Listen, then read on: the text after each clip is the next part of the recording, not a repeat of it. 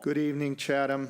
Welcome to the joint meeting of the Chatham Select Board and the Affordable Housing Trust Board of Trustees of October 8, 2024.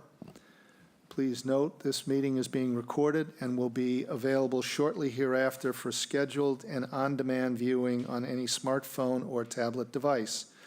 If anyone else is recording the meeting, please notify the chair.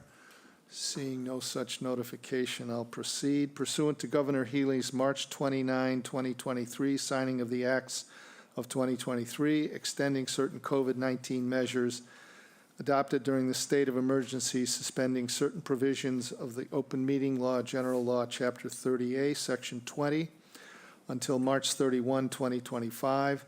This joint meeting of the Chatham Select Board and the Affordable Housing Trust Fund Board of Trustees is being conducted in person and via remote participation. Every effort will be made to ensure that the public can adequately access the proceedings as provided for in the order. A reminder that persons who would like to listen to this meeting while in progress may do so by calling the phone number 1-508-945-4410, conference ID 203-386-491, or join the meeting online via Microsoft Teams through the link in the posted agenda. While this is a live broadcast and simulcast on Chatham TV, Xfinity Channel 1072, despite our best efforts, we may not be able to provide real-time access. We will post a record of this meeting on the town's website as soon as possible. Before I establish a quorum and open the meeting, I just want to note that Dougie Bowman passed away this week. She was first elected to the Town of Chatham Board of Selectmen in 1993 after she had served 12 years on the Finance Committee. She proudly served on the Select Board for 15 years and ultimately became the first female chairman of the Town of Chatham's Board of Selectmen. I'd like to offer a note of silence in her memory.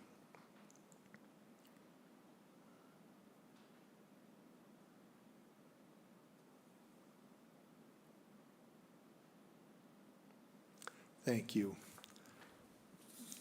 So we have a joint meeting. I will first open up the Affordable Housing Trust Board of Trustees. Ms. Schneeberger? Present. Ms. McClellan? Present. Mr. Bean? Present. Mr. Shell is present, and Ms. Davis. Present. And then the Select Board. Mr. Oppenheim is here. Oh, forgive me. David Oppenheim. You're present, and good that you are. Thank you. Select Board, Mr. Metters. Present. Mr. Dykens. Present. Ms. Davis. Present. Mr. Nicastro. Present. And Mr. Shell is present.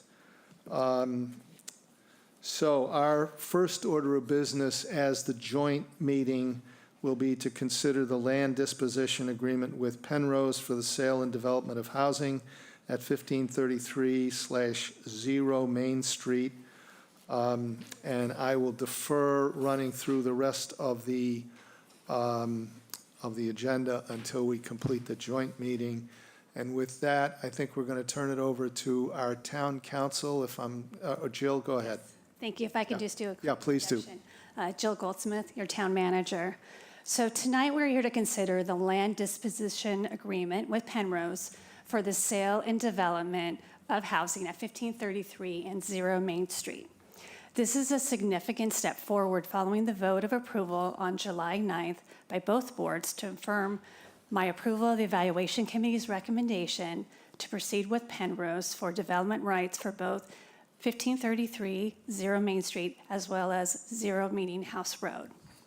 In preparation for this next phase, I convened a negotiating team, which includes myself and key town staff members, including Katie Donovan, Gloria McPherson, Carrie Mazarol, along with Mike Shell, chair of both the Affordable Housing Trust and Select Board, Select Board member Jeffrey Dykens, Finance Committee Chair, Stephen Daniel, and our town councils, Lisa Mead and Jay Tallerman.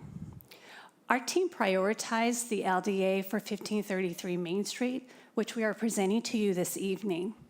This document will serve as a template for the Meeting House Road LDA with modifications reflecting the distinct characteristics of that site.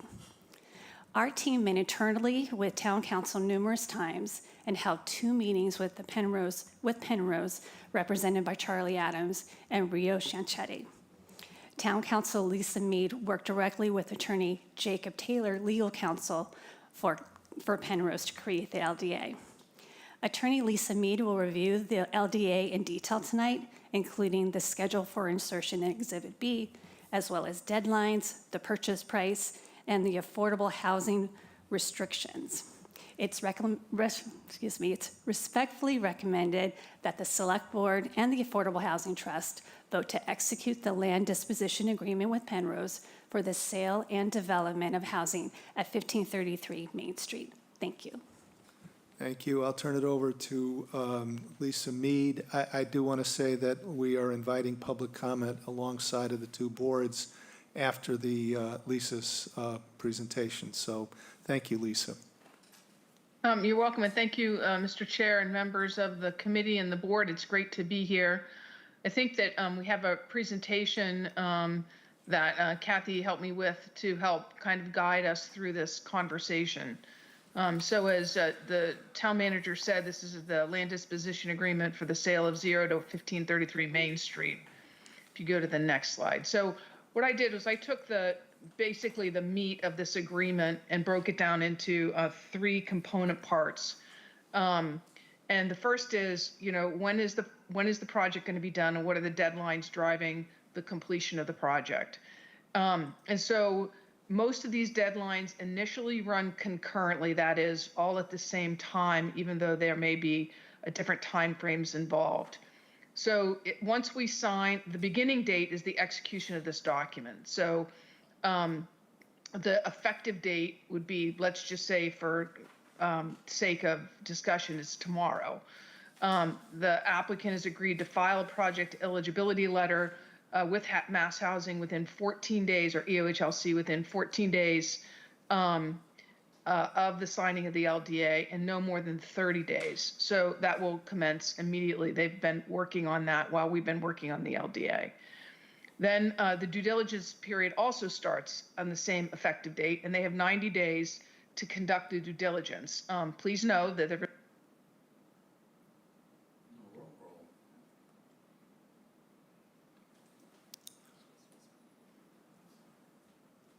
Lisa, if you can hear us, you're muted. She's not frozen. Her mouth is moving. Looks like we're frozen. Stand by. It does.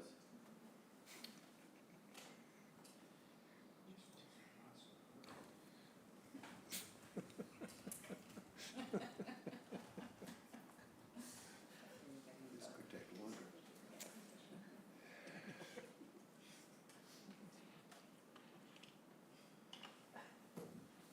That's not good.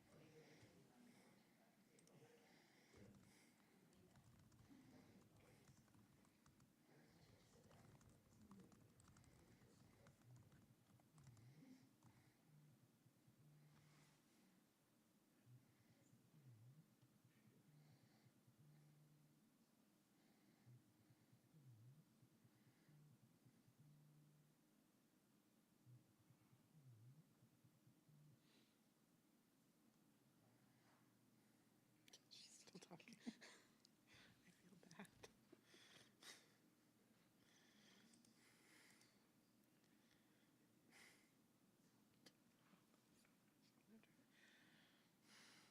She's like in present mode. I can't get her to.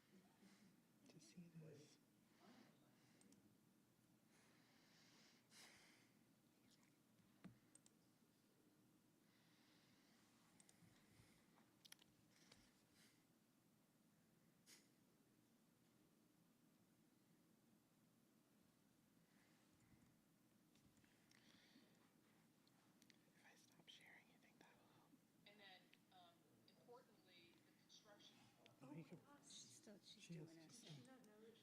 No, we texted her and everything. It's brilliant, whatever she's saying. Should I try to go in through the? Why we printed it out.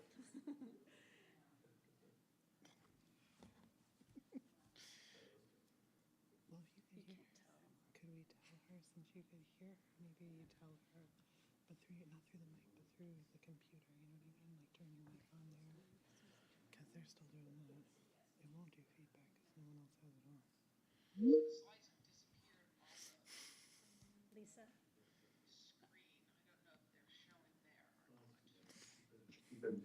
Hi, Lisa. Hi, Lisa. We fortunately. Sorry. Lisa, we've had technical difficulties, so it's as soon as you started on slide 1. Sorry about that. Folks at home and in the building weren't able to hear you, but I'm sure people thought you were brilliant on Teams because they could hear you. So if you can start over, if you don't mind. Okay, I don't mind. Are you going to put the slide back up? Okay. Well, that was a good exercise anyway. So essentially, there you go. Essentially, as I said earlier, we divide. When I decided to overview this view, I picked, I thought, the 3 biggest sections of the components of the LDA, and the first being the deadlines. And so for everybody to know, the deadlines at the beginning, at least, run concurrently with each other. So if the effective date is the signature date, let's call it for tomorrow, for example, the applicant would have to file a project eligibility letter with Mass Housing within 14 days of signing the LDA and no more than 30 days. And it's our understanding that they are well on their way of working on that and will be poised to make that filing in that time period. At the same time, their due diligence starts on the effective date, and they have 90 days to undertake the due diligence. And you should know that if there's anything that they find that is unacceptable to them during the due diligence period, they would be able to terminate the transaction. At the same time, they would also undertake their title objections. Importantly, we included if they had any title objections and the town decided that it did not want to resolve those title objections, the town would not need to do that. On the other hand, of course, the town would have a right to resolve any title objections should they arise. And then within 90 days of the effective date, they are required to file their comprehensive permit application with the Zoning Board of Appeals. That, of course, depends on whether or not the project eligibility letter is issued from Mass Housing. But assuming it is in a timely fashion, you're looking at filing a comp permit in January to March of next year. And then the closing would happen within 180 days of obtaining their LIHTC approval. And LIHTC is low-income housing tax credits. It's the funding that allows the developer to produce below affordable units, which is one of the town's goals, and allows that to happen in this project. Once you get LIHTC approval, though, you actually need to get the financing for that. And so once they get their LIHTC approval, within 180 days of that, they need to get the rest of their financing. They do have 2 60-day by right extensions. But then if they need another 60 days, they would have to pay an additional $25,000 non-refundable deposit to the town, which if they didn't get financing and they had to terminate the transaction, the town would keep that along with its $10,000 deposit. But if the project goes forward, the $25,000 would go towards the purchase price.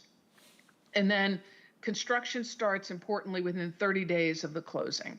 So if all things go well, and of course we all know that that always happens, you're looking at project construction starting within probably around March of 2026. So those are the big components of the deadlines that are embedded in the land disposition agreement. Can I have the next slide, please? And so what we did here is actually what Kathy did, I didn't do it, is lay out a schedule so everybody could see how these things kind of run concurrently and where they all end up. in the time frame. And that's no different than what I just went over in verbally with you. So the next question is, okay, what's the purchase price? So the total purchase price is $2,090,000. How is that paid? It's paid at the closing, so it's not paid until, let's say that's 2026, what we talked about. Cash would be $875,000. And then you have a seller loan that's from the select board of $715,000, or the town side, so to speak, and the Affordable Housing Trust loan of $500,000. And that is at 0% over 40 years. And this is how it is allocated back to the town from the developer at the closing and then eventually at the payment of the various loans. And so you have an allocation of $1,421,200 going to the Affordable Housing Trust. That's 68%. That includes the cash up front going to the Affordable Housing Trust. And then you have $668,800 going to the town for the total of $2,090,000. So what I do want to note here before we talk about the affordable housing restriction is that the loan documents that are done in a transaction like this are essentially pre-approved by MassDocs, which was EOHLC and Mass Housing have worked over a number of years to get a set of documents that are acceptable to both the municipality as well as the lenders, as well as EOHLC and Mass Housing. And so those are the documents that will be used. Obviously, they will be reviewed by myself to make sure they're consistent with this agreement. And then we will move forward with the execution when it comes time. And both the Affordable Housing Trust chair probably and the select board chair will be voted to authorize to enter into those documents when that time comes. But they are prescribed documents, and those documents are referenced in the land disposition agreement. So really, why are we doing this? We're doing this to provide affordable housing for the town of Chatham. And there was a lot of work done on making sure that the right affordable housing was secure for the town for many, many, many years to come. And so what is it and what are we getting? So the agreement requires that the proposal which was made to the town is 9 structures for housing and 1 community building. It has to be in substantial conformance with the concept plan. It could change based upon the requirements of the Zoning Board of Appeals because, of course, the Zoning Board is an independent body here. But by and large, it needs to look a lot like what the concept plan is. Next slide, please. Oops, there we go. So there are perpetual restrictions that are included. That is that these apartments or units will be restricted to these affordability requirements with the following caveats forever. So there'll be a total of 48 apartments, 16 one-bedroom apartments, 26 two-bedroom apartments, 6 3-bedrooms. 32 of the units will be at 60% or below the area median income. At least 7, but no more than 9 of those units will be at 30% AMI. 16 of the units will be at 110% AMI or workforce housing. It's important to note that the 30% AMI units, in addition to the low-income housing tax credits, get other subsidies. If those subsidies supporting those units expire and are not available, those units may go to 60%, but they won't go over 60% AMI. As to the perpetual nature of the restriction, it's also important to note that there is one exception. As many of you know, in the world of comprehensive permits, there's been a lot of litigation over the years regarding the nature of the restrictions. And under 40B, the requirement is at least 25% of the units have to be affordable in perpetuity at 80% AMI. And so in this instance, we typically also, under straight 40B that doesn't receive special financing, you would have those restrictions survive foreclosure by any lender. But here, because of the affordable housing tax credits, the only lender that, if it were to foreclose, would extinguish the lower amount of affordability, that is the 30 and 60% AMI on 100% of the units. And it would be limited to 25% of the units in perpetuity at 80% AMI only for the senior lender foreclosure. If there's any other foreclosure on any other later lending, the underlying restrictions would be perpetual. And so I wanted to point that out. That's part of the mass docs. It's part of the LIHTC funding. But you still get a perpetual restriction of 25% of the units at 80% AMI if the senior lender forecloses.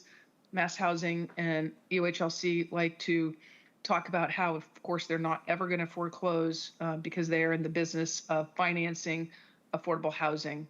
But there is that remote possibility.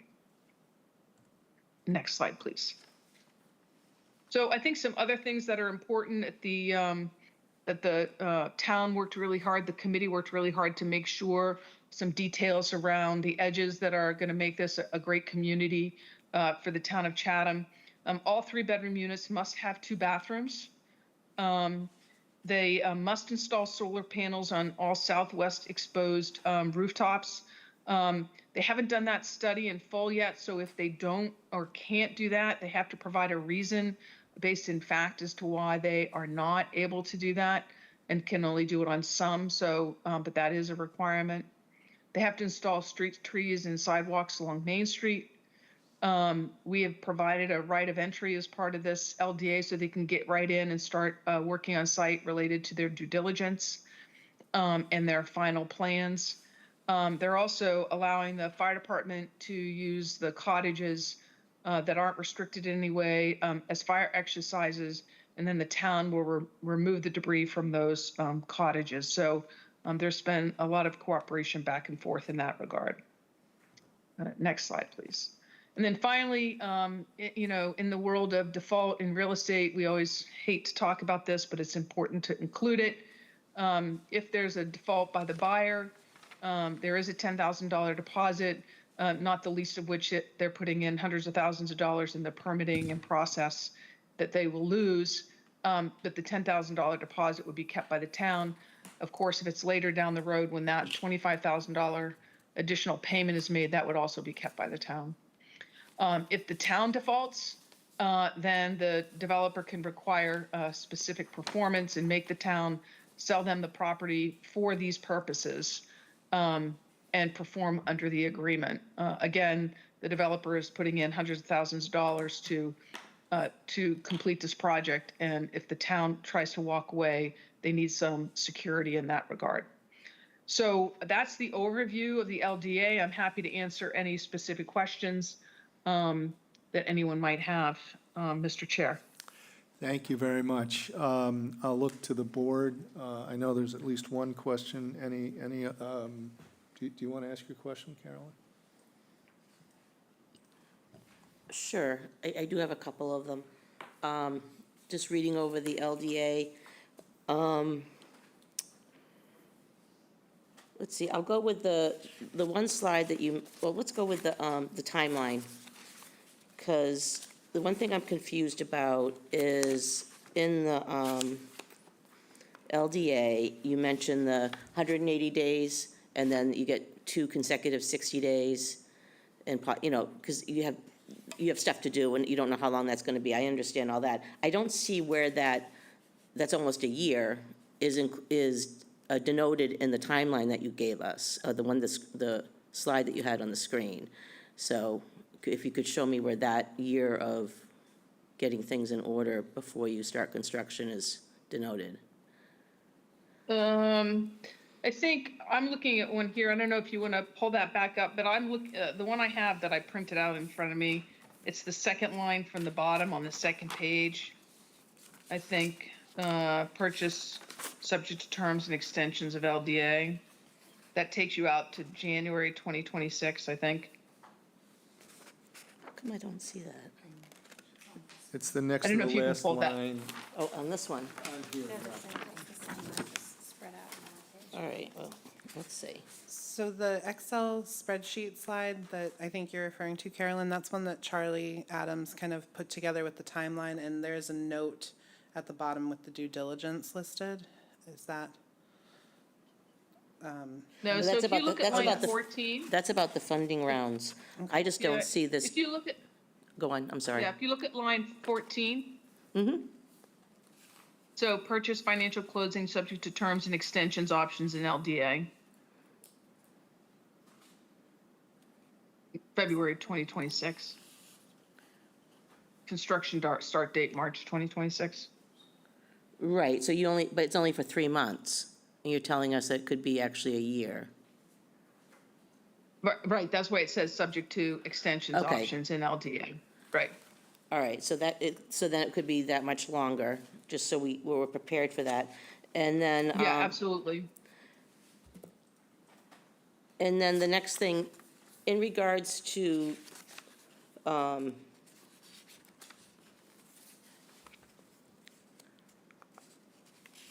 the AMI schedule that you have, that you mentioned that,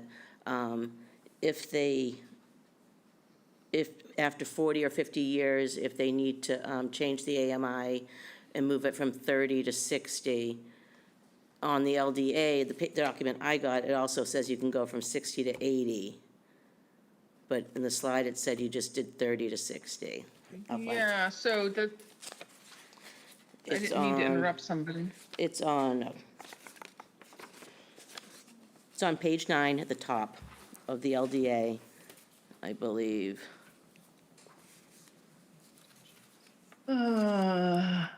Hold on. No, those are the That's the extension, extensions, that's the yeah. extension, all right, I'm Yeah, sorry. so that's okay, it's Page in 7, section, it's page 7, Yep, thank you. yep. So I gotta find my, so if you look right in the middle of that paragraph, it says the affordable housing restriction will further provide that in the event of termination of applicable subsidy contracts for the 30% AMI units with the approval of the applicable financing parties, they can be converted to 60% AMI units and will contain the standard language regarding the rights of senior lenders in the event of foreclosure. Right there, yep. All right, all right.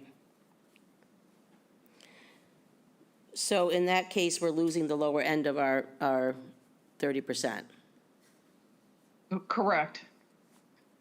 And what's the matrix for determining that? Just if you lose the funding for the subsidy? Yes, that's correct.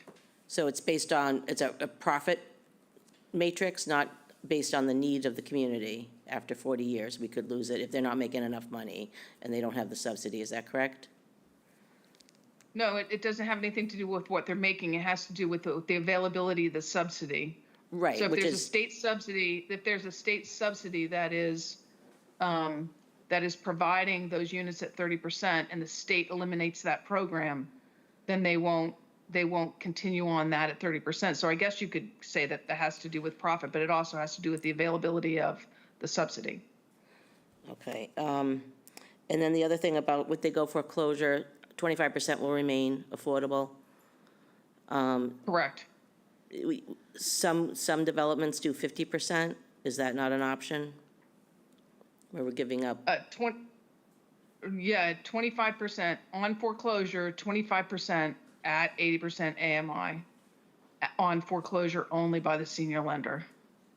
all right, so there's no way to do 50%, The answer is no. okay. All right, hold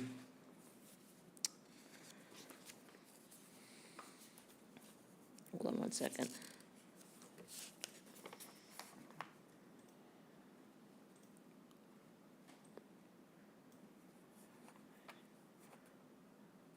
The other thing is on the closing, on the,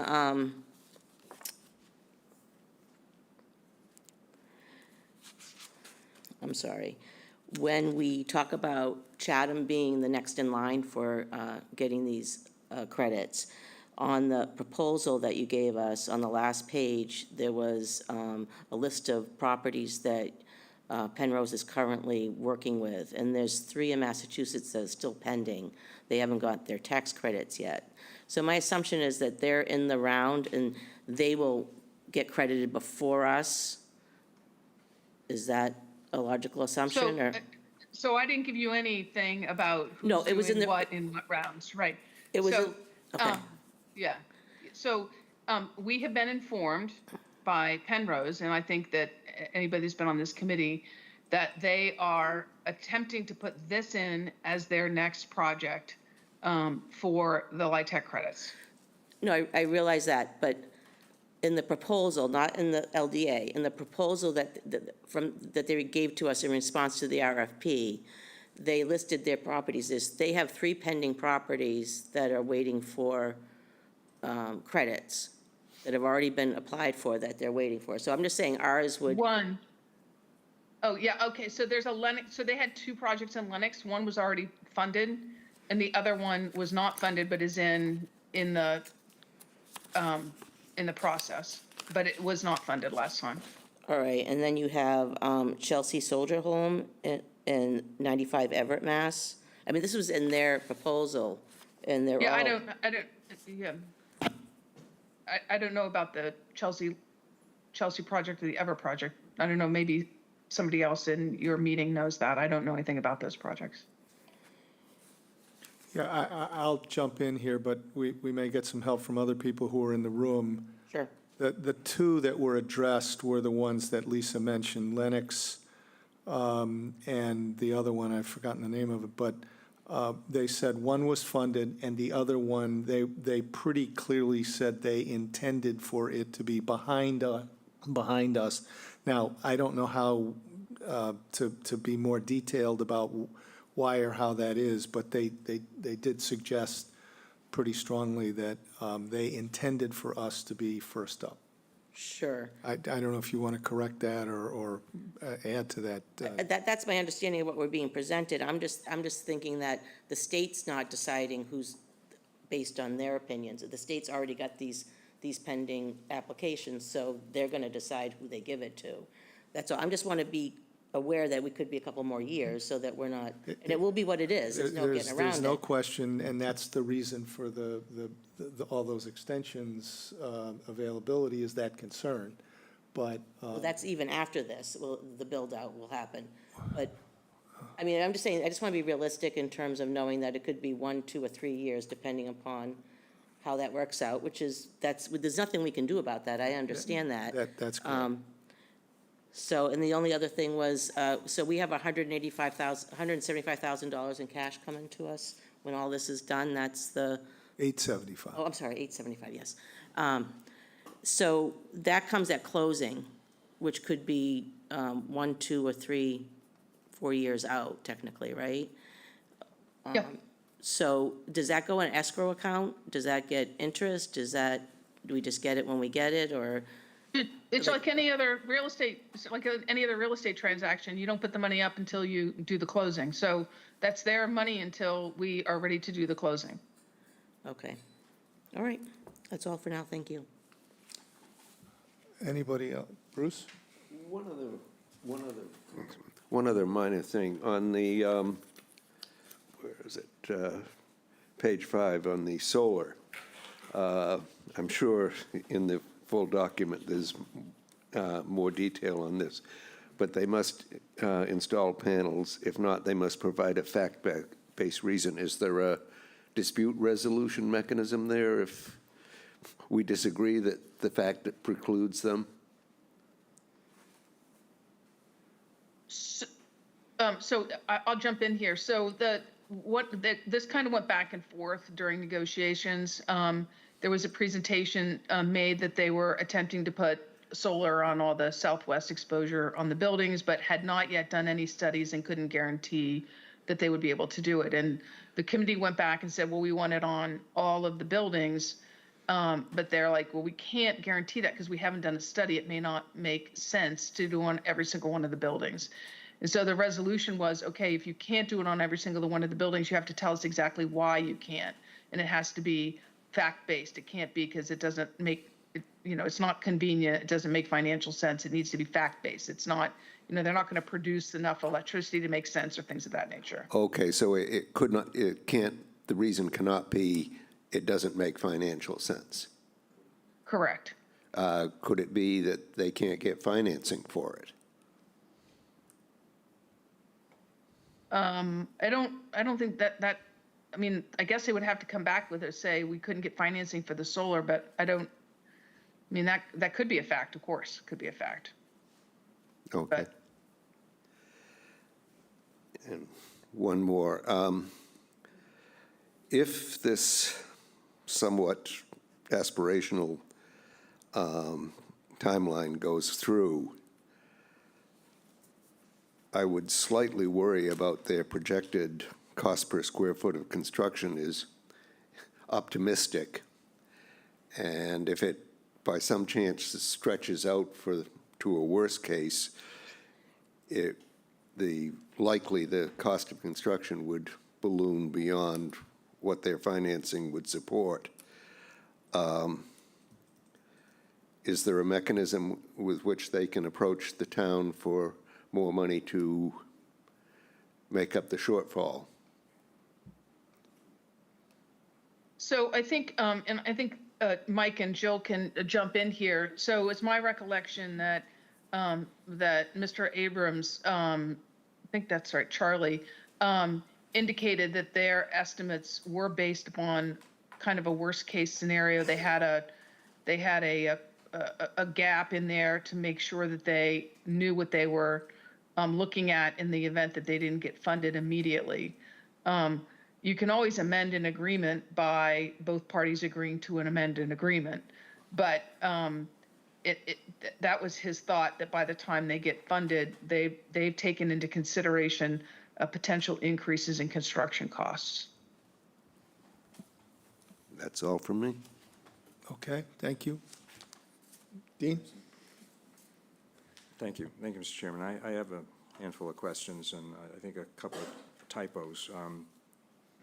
I'm looking at the LDA itself on page 2. This is, I think, a typo under paragraph C.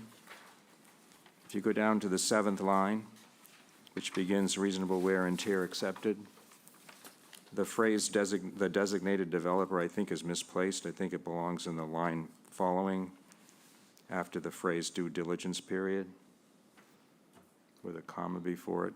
It seems to be a stray phrasing. I see that. I'll take a look at that. Yeah, I think you're okay. right. You can take a look Yep. at it. Yep. On the next, I really want to talk about the money, and I do appreciate the pie chart slide. I had requested that yesterday. I'm trying to understand who's paying what to whom. Because the purchase price is recited to be $2 million approximately. And $875,000 in cash is coming to the town at the time of closing. But then you have these two loans. You have a seller's loan, which I assume is from the select board, of $750,000. We're going to share it equally here. Okay, yeah. $715,000. So is that a loan from the town to them or from them to us? The town will issue a note to them. They take a note out. So it's a loan from the town to them. And the same thing is true of, I think you may want to reconsider that. I think that they're giving us a note, Correct. which is a loan from, it's called a loan, but essentially they're giving us a 40-year note in the amount in question, which is deemed a loan from us to them because it's in lieu of payment of cash or some other consideration. so they're going to pay us $715,000. They have up to 40 years to pay it. Correct. Okay, and the same thing is true mechanically on the AHT loan of $500,000. Correct. They're paying that to the trust, so. That's correct. And I guess I don't challenge that. I'm just wondering, it's effectively an installment plan, although the installments can can vary. They have, Well, except I assume it's a bullet, so it's payable at the end of 40 years. okay, okay. I didn't understand in the document itself, it's on page 4.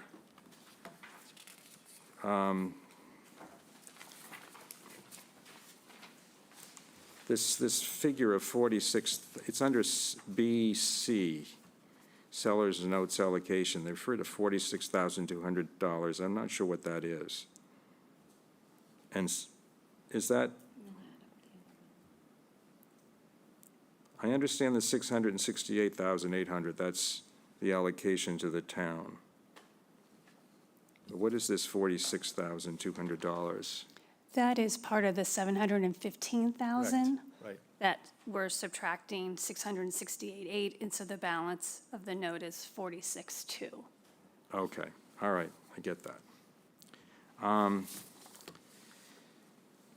page 5, the deposit is $10,000. Is it, and you did mention that that the developer is incurring permitting expense and so forth. So is this, I mean, it's obviously a small amount of money. Is this typical in these type of arrangements? Yeah, a lot of times there's no deposit at all or $1,000. So, yes, it's very typical. Okay. Then on page 6, under section 4, designated developer additional obligation, under A, it refers to customary peer review costs. What would that be? I'm not sure who's doing the peer reviewing here. Sure, that would be at the ZBA. So when they go through the process to get their comprehensive permit, they're going to pay for all the peer review that the ZBA has. Yeah. Okay, all right, thanks. The next page, under paragraph D1, and you referred to this in your slides, about the conceptual plans possibly being revised. Who makes those revisions? Are they made unilaterally by the developer, or are they jointly agreed to by the town and the developer?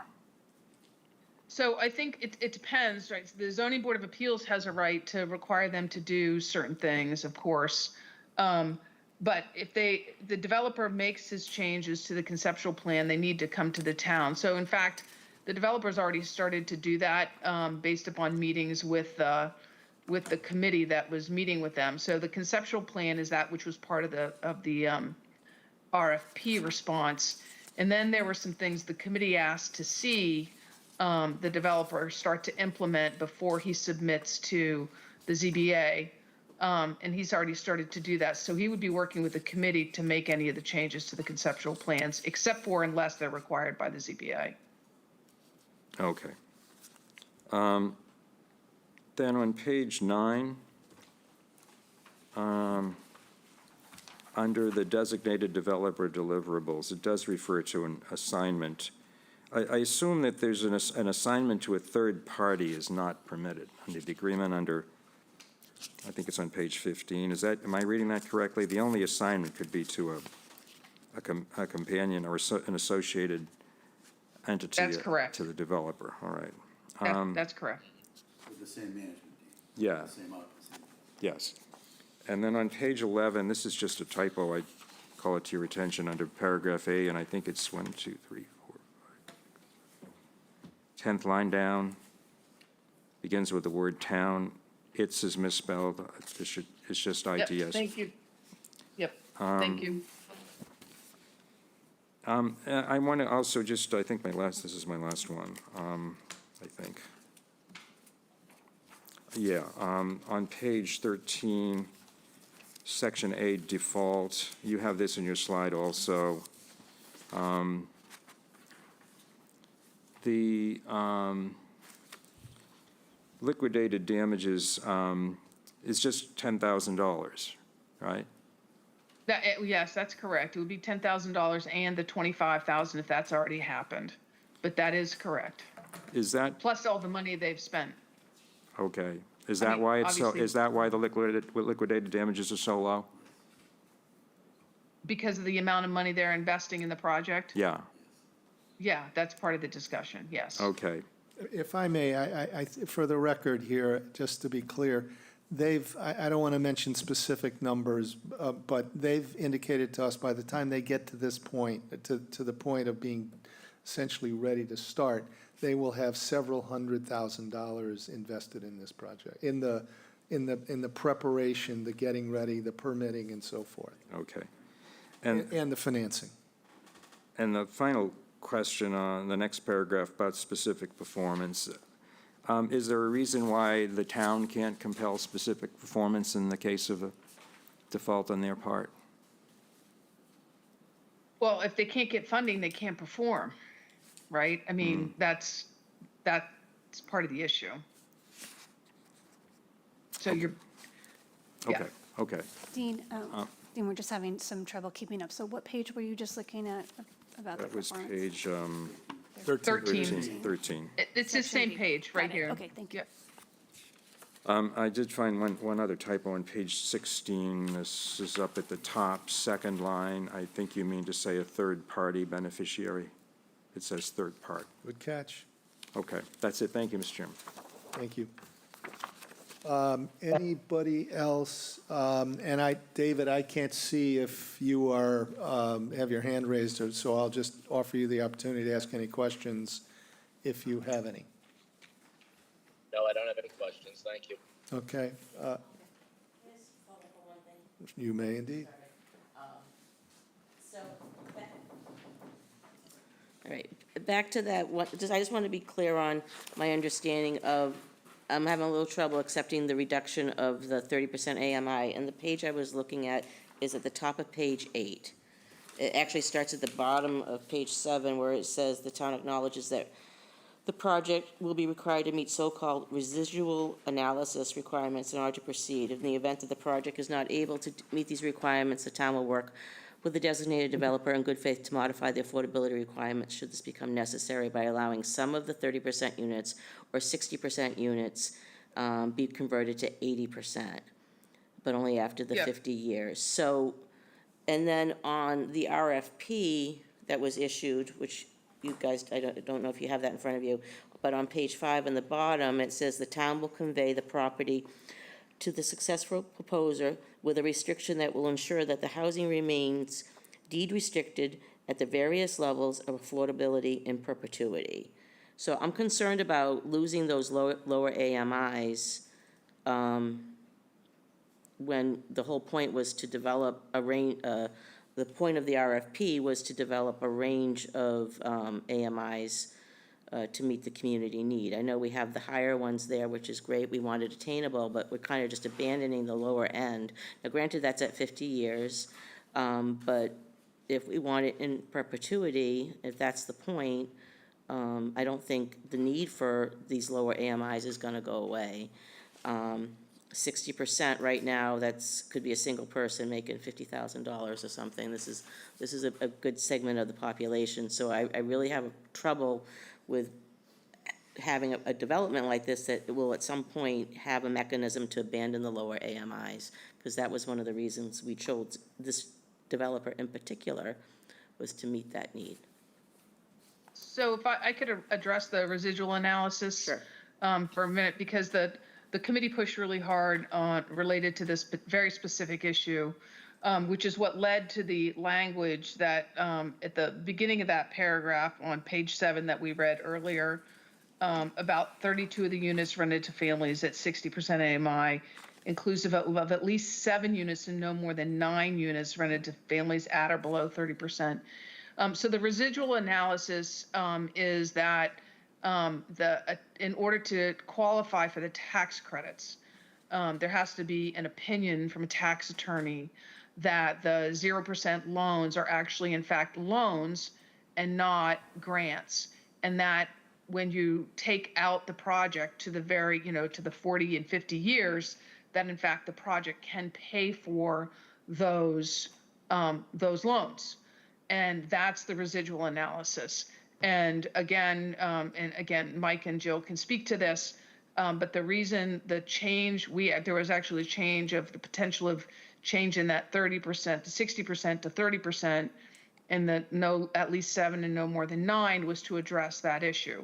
And so there's really little to no thought that they would have to take any of the 60% up to the 80% at all. But that's why that's in there. But it's in there, it's on page 8 that that's a possibility. Yeah, I Okay. agree. No, I'm agreeing with that Is for that, sure. is that I mean, I'm not aware, my knowledge is what it is, but I'm not aware of any other project having that caveat that they're gonna change the AMI. My understanding was always the AMI, you're locked in, that's where it stays. So I would want to know if this is a customary thing that's done on other projects, in other communities. I think that's all very project specific and funding specific. So just to say, is it done on any other project? You know, I don't know if it's done on any other project or not, but it's everything on the financing end is very project specific Well, for sure. every affordable housing project has to face the same issues of what's gonna happen 50 years down the line. Are there gonna be funding, is there gonna be funding available? So I'm just very disappointed in this opportunity here to lose those lower AMIs. That's not what I had wanted anyways. If I may, I'm going to say two things here. First of all, specifically what Charlie Adams said was, we Penrose have done the financial analysis. This is a financial analysis that, as Lisa explained, has to be done to look at the value based on all the assumptions of the project at the end of the 40 years. They said, we have done it, and we're confident that this eventuality will not come to pass. But they said, we are at the mercy of the people who are giving a tax opinion that we must have in order to proceed and obtain the tax credits. And therefore, we're asking for this flexibility, if you will. I think it's in here. It can be used if the eventuality comes to pass. At least I was convinced, and the people around the table can speak for themselves, but that this was a relatively low likelihood of occurrence. That's point one. Point two, in terms of what's customary, I think that in part this is a function of the fact that they have made an effort in their presentation, in their proposal, effectively to allow us to recover our cost of acquisition of the property. And if we were giving them the property, the circumstances might be very different. Now, I'm just speculating, but all I'm telling you is when you start fussing with the numbers in the entire equation, it's hard to say that something is customary or not, because every transaction is fact specific. That's the best answer I can give you. Okay, well, they're giving us the 875, I believe, we'll get that. Yep. The other money's coming in 40 years at a much reduced value in 40 years at 0% interest. Yep. So I don't know if it's a recovery, I mean, it is what it is. I'm not haggling over those figures. What I'm concerned about is our purpose here is to provide affordable housing at these lower AMIs. I've been open to expanding our window to attainable housing because I think that's needed in the community as well, but I'm not convinced that we should be giving this away.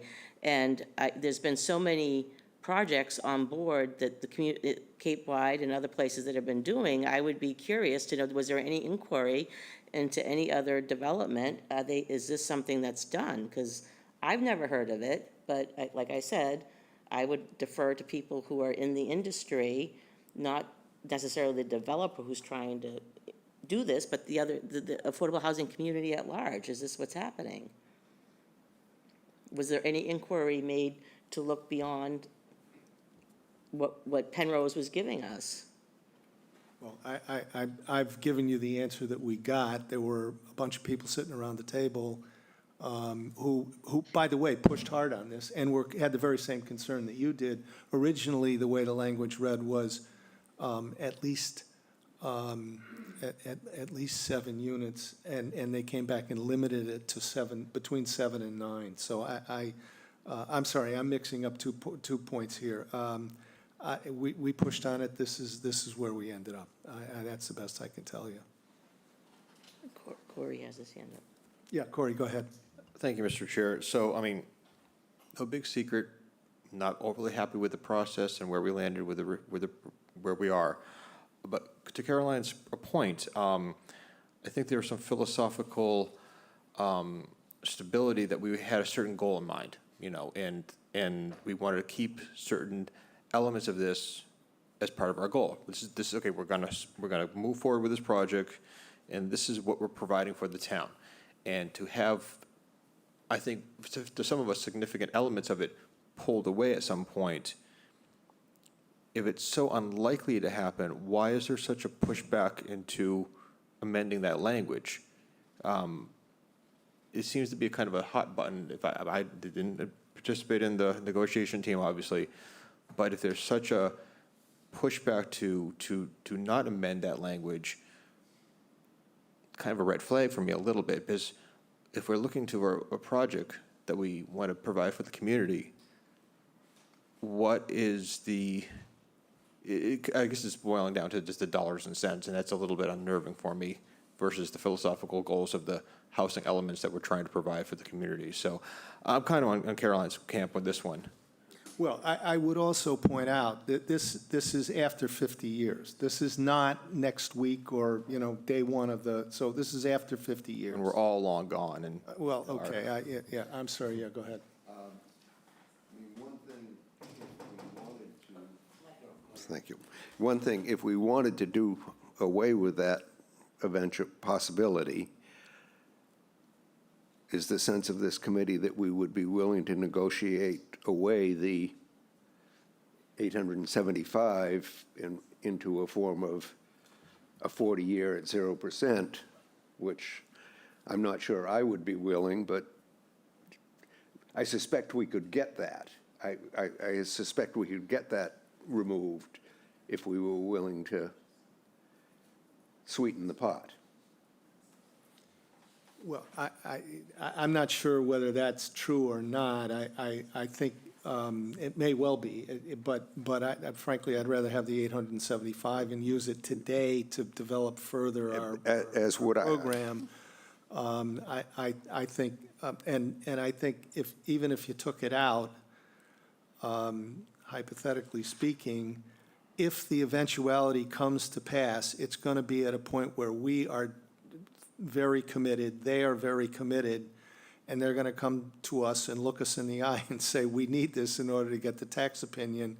Can we amend the agreement? So in some sense, they've given us the concern, they've given us the window of flexibility they might need down the road, and we've said, okay, we'll make that decision effectively in advance, rather than getting to a point where it's sort of almost make or break. So and it was on that basis, among other, that and the 50 years, that this seemed to me to be a reasonable compromise. Yeah, Mike. Yeah, I agree with what Mike just said. I mean, I think Penrose looked for some flexibility after 50 years on whether or not, if in fact the tax folks said, you know, hey, the residual analysis is saying, you know, we got to do better here. So he was looking for flexibility, and I got really comfortable with it because it's 50 years out.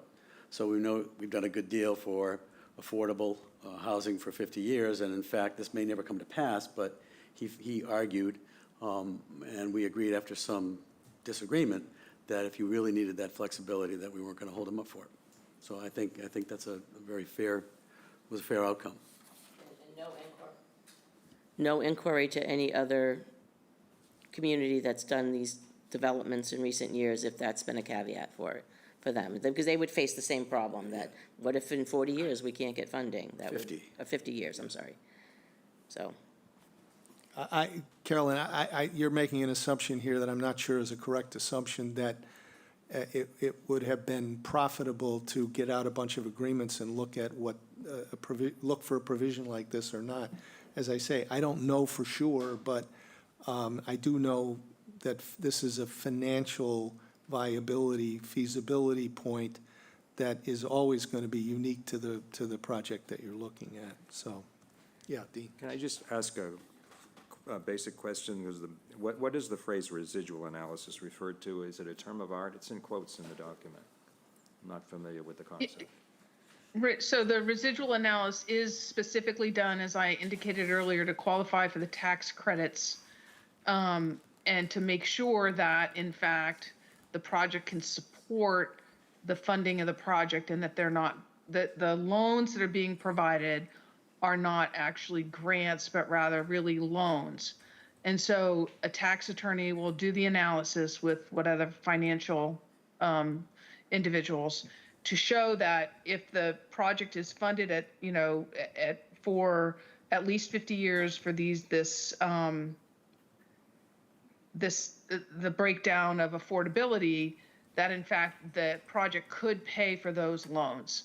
And so it actually is called a residual analysis, and it's a term of art related to the LIHTC tax funding opinions. And it's prepared by the developer's tax attorney? No, it is prepared by the lender's tax attorney, the EOHLCs and Mass Housing. All right. Read the state deed, All right, check the third party. thank you. So I'm going to open it up for questions or comments from the public, if there are any.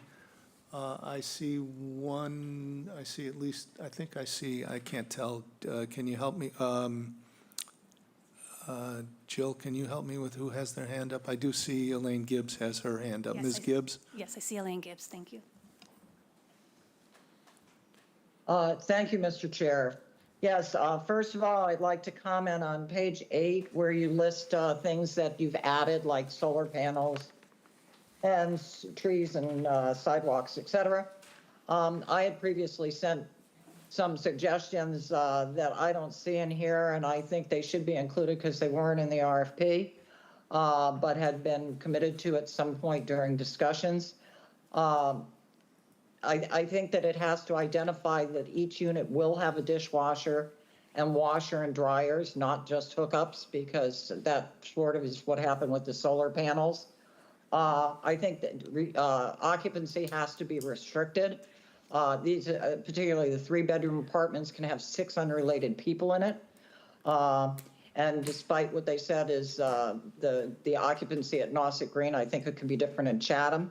So I think the document should say that a 1-bedroom can have 2 people, a 2-bedroom 4, and a 3-bedroom no more than 6, and that they all have to be on the lease, so that there's not a concern of a lot of temporary housing, people moving in and out. One of the other things that concerned me is what responsibility do they have in providing maintenance, maintaining the property in good condition, and in terms of outdoor private space for the units. Does Chatham have any control over that once the units are built, if we are unhappy with the management in terms of their maintenance and the condition of the property? I've been to Nauset Green, and I don't think that is acceptable for Chatham, the condition of that property. And so I would hope that something could be worked into that document for that. And also including the landscape. They said, oh yes, we can add more landscape to shield it better, because the landscaping at Nauset Green is abysmal, and you're going to see those buildings from Main Street. So they said we could do it, but they didn't say if it was going to cost us more. So I think that should be in there. And Penrose did previously say that the AMIs could never be changed once they were deed restricted. So I would have the same concerns that Carolyn McClellan has, that at 50 years that could occur. So I think that should be checked into. And then I had 2 other really serious concerns. What if we're talking 50 years? That's a long, long time. The building could collapse before that. But what if the development, Penrose decides that it's no longer profitable for them? Can they sell that property, since apparently they're owning the land? Can they sell that property to another developer without our approval or knowledge or anything else? And if Penrose should go bankrupt, which has happened to companies all over the world within 5-10 years, what happens then to the property? Does it go into Chapter 11? Can anybody take it? New management? Does Chatham have anything to say about that property?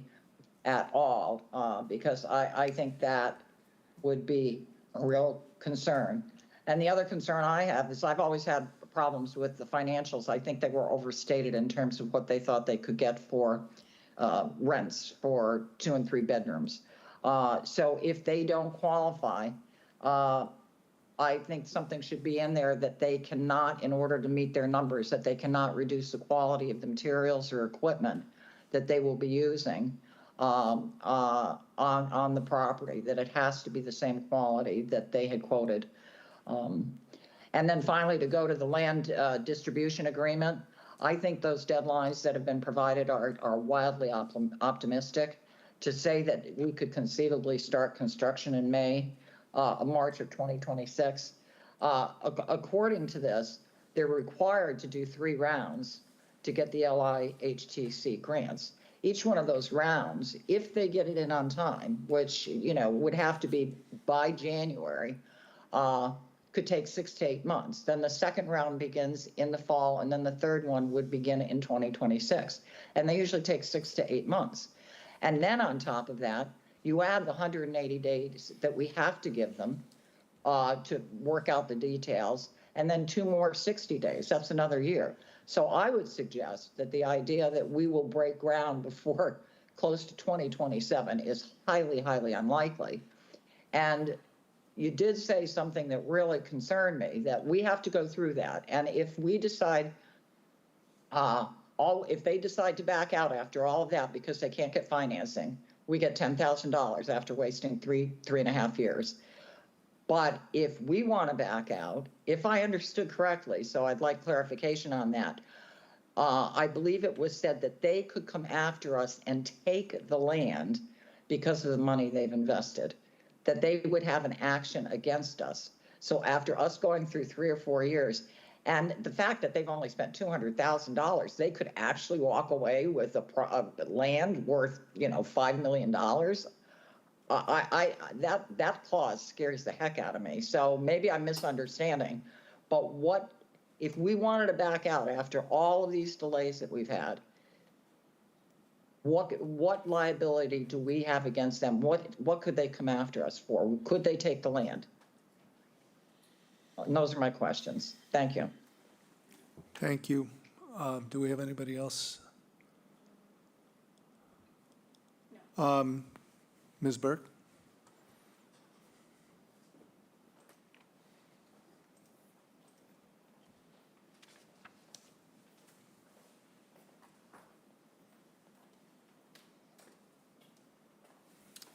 Evening, Jan Burke, West Chatham. I have a couple of questions on the financing structures and the loan. First of all, the 2 loans that the town would be taking back, one to the Board of Selectmen and one to the trust, are they collateralized? No, I don't believe so. Uncollateralized loans? Yes. No, they're mortgages. No, there's mortgages on the property. I'm sorry, I misspoke. Yes. Okay. It surprised me, okay. And I presume that those mortgages would be on this property. And they would be Correct. subject to and subordinate to senior financing. For sure. Okay, are there limits to what that senior financing is? We're going to be second and third mortgage holders. What are our guardrails to prevent Penrose from over-financing us and putting us into loan-to-value ratios that would wipe us out in a foreclosure?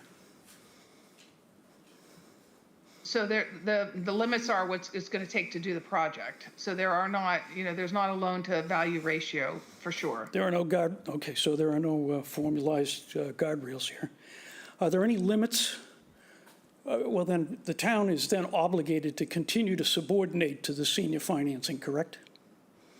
Correct. Is there any limit to the subordination that the town is required to give?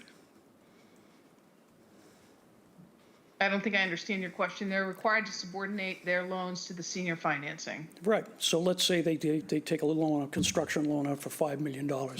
They find out, then we subordinate to it. We find out that's not enough money. They amend their loan to add another $1 million. Are we then obligated to subordinate to the amended senior financing? If it was related to the original construction loans, yes. Okay, so there's no limit on our obligation to subordinate to senior financing. That's correct. Okay. The mortgages, if Penrose, it was already brought up the notion of Penrose decides to sell, which is quite likely, actually, after they have matured the tax benefit out of this. Like a lot of these projects, which you're seeing right now, 30-year projects are coming due with federal subsidies, are going to come out of the federal subsidies. Once they've taken the benefit of their financing out of this, they sell. Are there due on sale provisions in our two mortgages? Would we then be paid off? Or are we further obligated to permit a buyer to assume the obligations coming back to the town? And if so, do we have the right to approve that assumption or not? There would be no assumption if the senior lender is going to be bought out and the project's going to be gone, the Mass Docs does not have an assumption requirement. So the town would be paid as well. So on a sale, there would be due on sale. Correct. Very good. Another subject on the comprehensive permit, I presume that the documents provide for the builder, the buyer, Penrose, that if they have unsatisfactory conditions in the comprehensive permit, they have the right to terminate. Is that correct? Well, they would have a right to appeal. Yes, they would. They would have a right to appeal the comprehensive permit and or terminate for sure. Okay, so do they have broad discretion about what's an acceptable permit?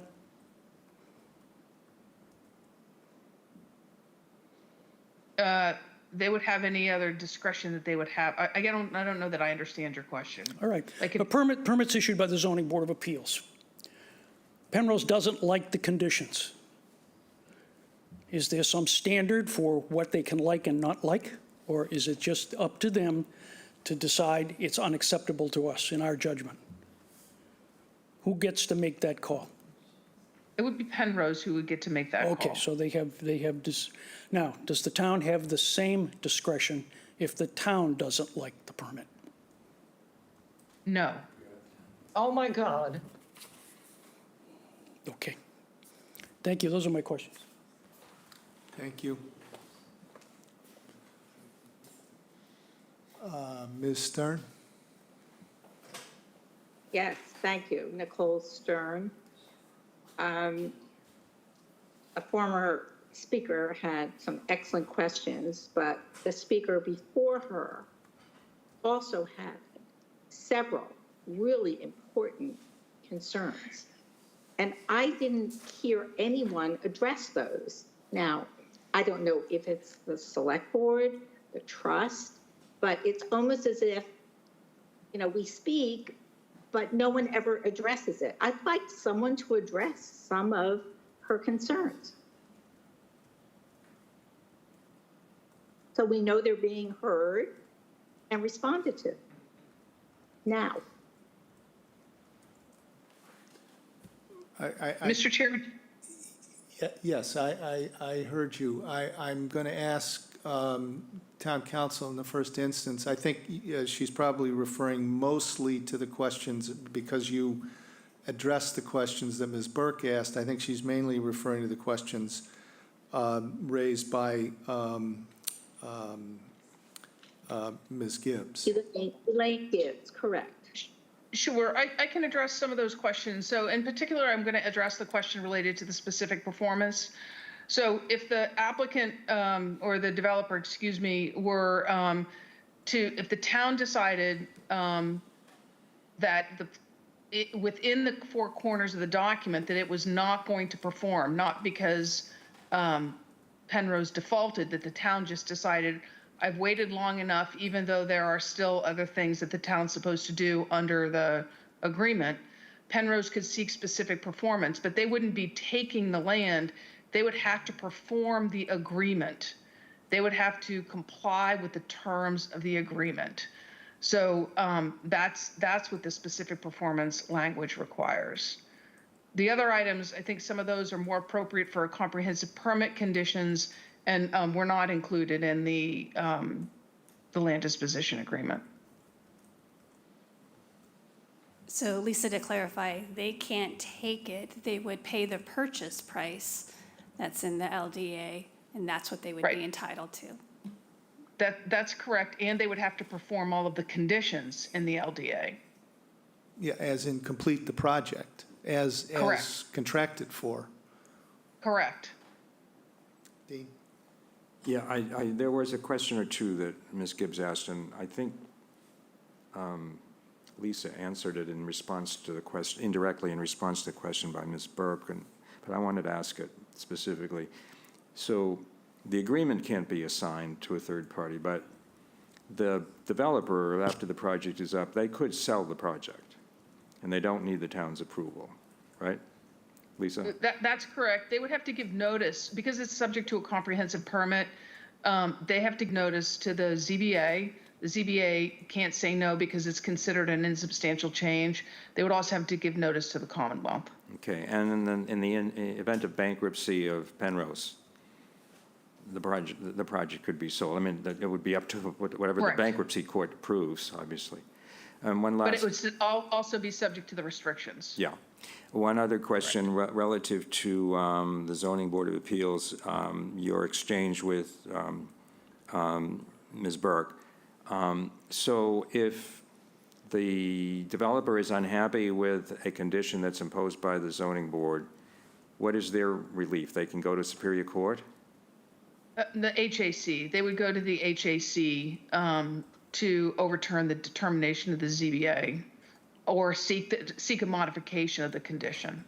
And is that determination by the state final, or can that be challenged in court? It can be appealed, that can be appealed to the appeals court and or even the SJC. Could the Zoning Board appeal it? The zoning board could appeal it, yes. Okay, thank you.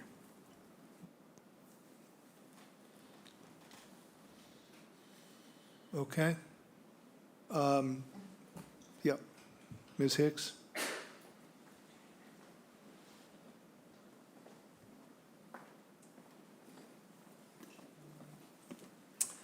Gloria Hicks, Meeting House Road.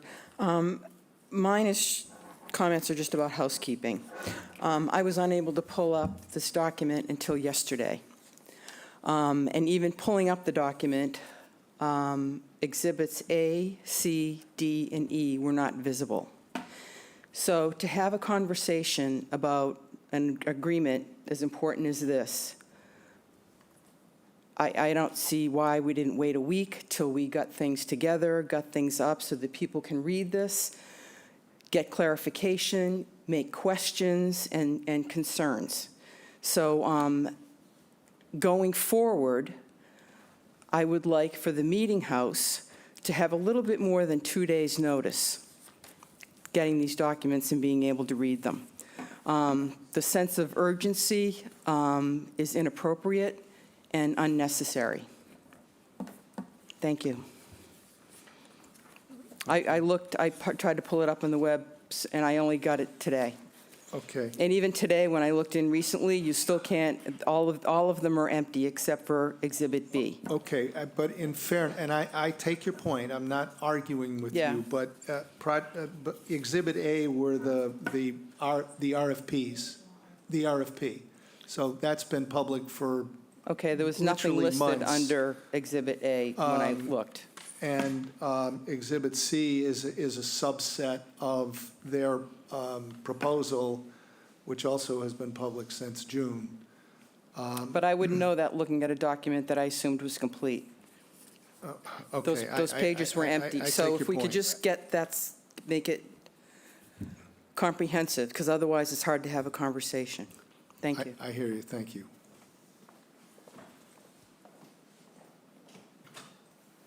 Any other questions or comments? If not, I will accept the motion from, let's start with the Select Board. I move approval of and to execute the land disposition agreement with Penrose for the sale and development of housing at 15330 Main Street. Second. Go ahead. Thank you, Mr. Chairman. I just wanted to say very briefly, and this should be no surprise, I don't like the project. I preferred a nonprofit developer, and I gave my reasons at a previous meeting. I won't repeat them here. But the decision has been made to go forward with this proposal, and I see my responsibility as a Select Board member to try to make sure that the land disposition agreement is in the best interest of the town and that those interests are protected. I do take some considerable comfort in the town manager's decision to include on the negotiating team, which I think was pretty diverse, by the way, of our Finance Committee chair.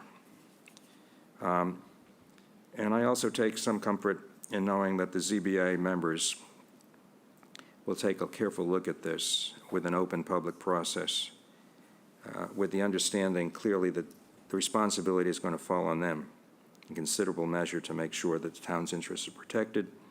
And I'm hopeful that they can address some of the issues that appear to be still open, like parking and butter screening. So I will be voting to approve the land disposition agreement, and I will vote yes on this motion. Thank you, Mr. Chairman. Thank you, Dean. All those in favor, Mr. Metters, Yes. Mr. Dykens. Aye. Ms. Davis. Aye. Mr. Nacastro. Aye. And Mr. Shell says aye. I will take a motion from the Affordable Housing Trust Board. I move that we approve the land disposition agreement. I think under the circumstances, it is an excellent document. As a previous speaker said, the zoning board will have a lot of work to do on this, but I think we're headed to make a lot of affordable housing in Chatham, and hopefully it will be as quickly as the proposed schedule shows. Thank you, sir. Do I hear a second? Second. Second. Thank you. Any other comments? I just want to, sorry. Yeah, I just want to mention that the timeline, I feel, is very aspirational and unrealistic. And my issues with that are that in the RFP, I think it was equally so, which was one of the reasons we chose this developer. And I would be surprised if we lease up by 2030 or later even, considering the delays that might happen. I don't hold them responsible. I'm not faulting them for having the delays. I'm faulting them for not disclosing them as being the realities that they have to work within. So I have a problem with that.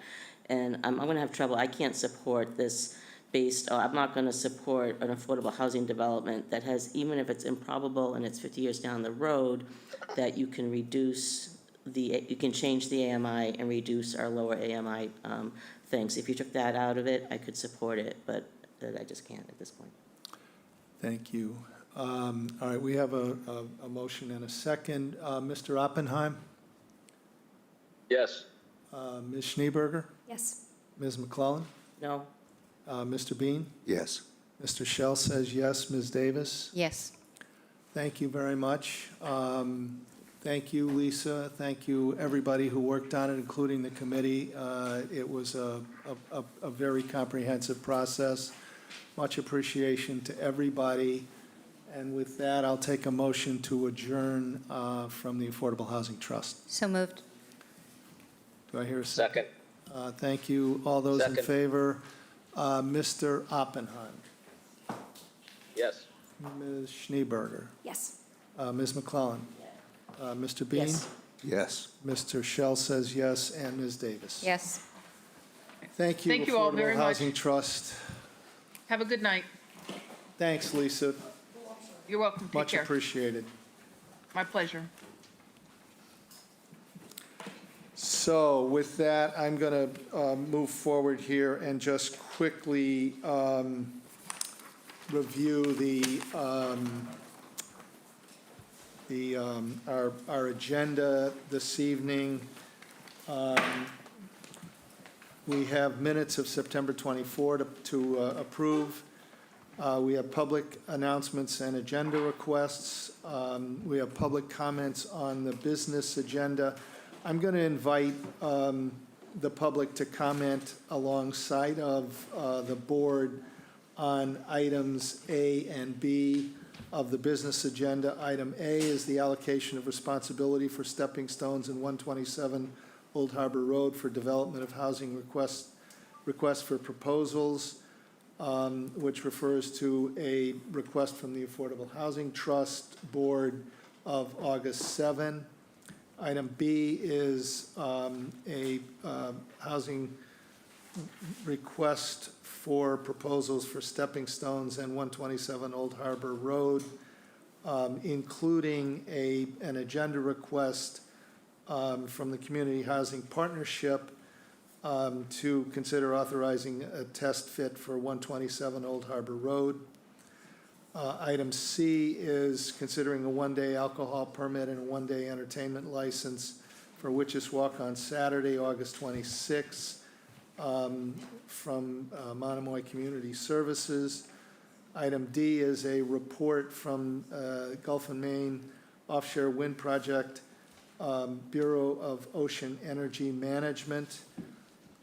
Item E is town projects public engagement procedure, first read from our communications manager. Item F is a report from Health Agent Judith Giorgio on the opioid settlement funds update. And finally, item G is appointments to the Independence Day Parade Committee, the Energy and Climate Action Committee, and the Aunt Lydia's Cove Committee. And with that, I will invite either a motion or comments on the minutes of September 24. Motion to approve. Second. Any comments? Mr. Nacastro. Yes, Mr. Chairman, on page 2, under public announcements and agenda requests, the name of the Traffic Safety Committee, we should strike the word advisory. Then on page 8, at the very bottom where it refers to Mr. Dykens' motion, we should probably include in a parenthesis the language that was being suggested. I didn't have it. I threw my notes away from that meeting, so you have to check the video, or you may have it yourself. It was language that I provided, I remember. And finally, Oh, I'm sorry, just to be clear, you would like your language incorporated into the motion? It just Yeah, that's fine. refers to That's fine. It could even be in, yeah, I think that Yep, makes sense. okay. And then finally, maybe you caught this also, I think on the page 13 and 14. The roll call, yes. Mr. Nacastro voted for Mr. Higgins, and I think the chair voted for Mr. Clark. If I'm Correct. right. Correct. Thank you. Mr. Chair, Yes, ma'am. in the participating from the Select Board, Jeffrey Davis should be Jeffrey Dykens. Catch that one. Catch, Shereen. Wake up, Mr. Dykens. Oh, I got the vote. Catch the vote. Okay. All those in favor, Mr. Metters. Aye. Mr. Dykens. Aye. Ms. Davis. Aye. Mr. Nacastro. Aye. And Mr. Shell says aye. Thank you. Public announcements. I am informed that Susan Ross from the town's swap shop may have an agenda item request. Well, maybe not.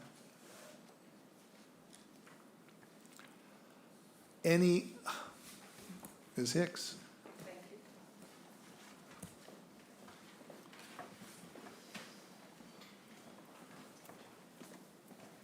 Gloria Hicks, Meeting House Road.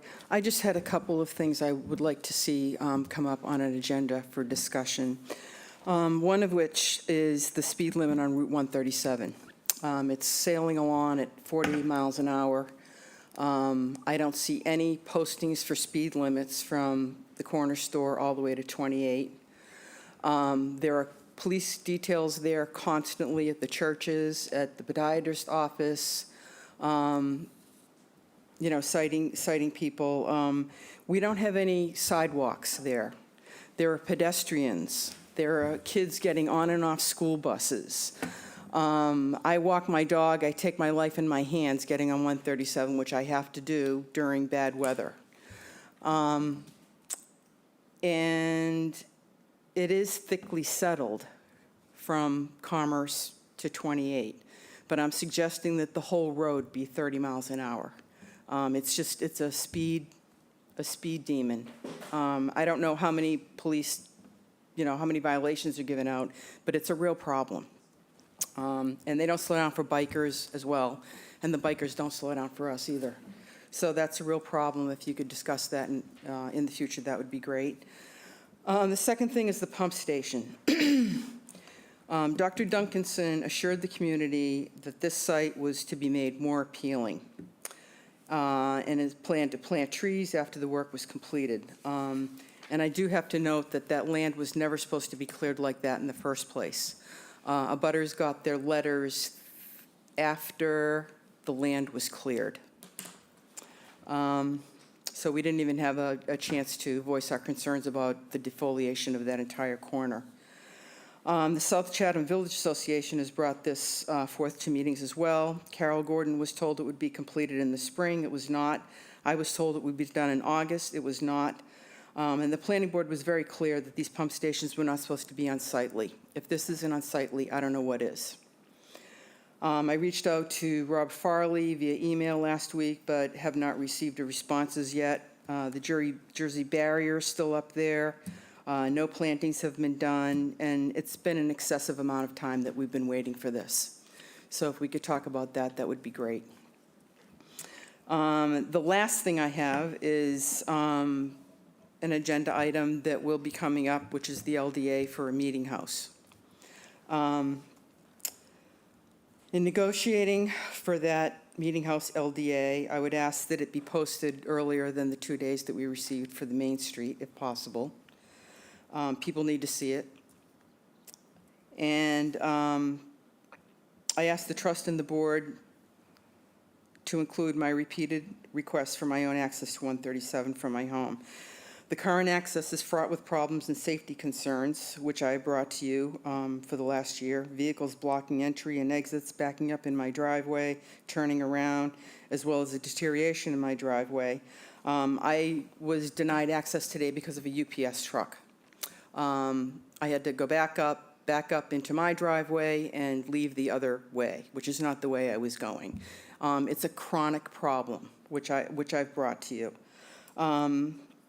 And I should not be left in a worse condition than I am now by dealing with what I'm dealing with. Mr. Shell, you've been at my home, and I've explained to you how things are currently working, and they're not working.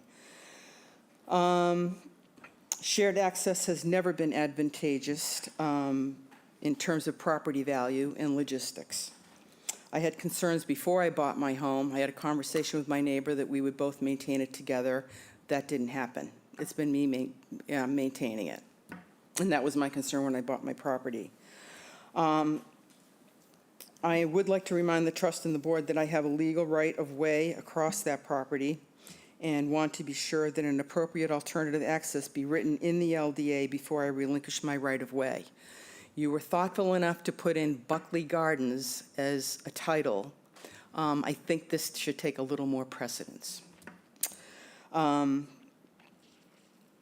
Mr. Shell, you've stated your dedication to representing and to achieving what I would like to see. I invited Mr. Dykens to see my home via email last week. I don't know if you saw it. I hope you do take me up on that invitation so you can stand at the top of my driveway like Mr. Shell did and see what I'm talking about. And I think that's about all I had for concerns. Thank you. Thank you very much. Mr. Schill? Yeah. I'm sorry, Ms. Mike.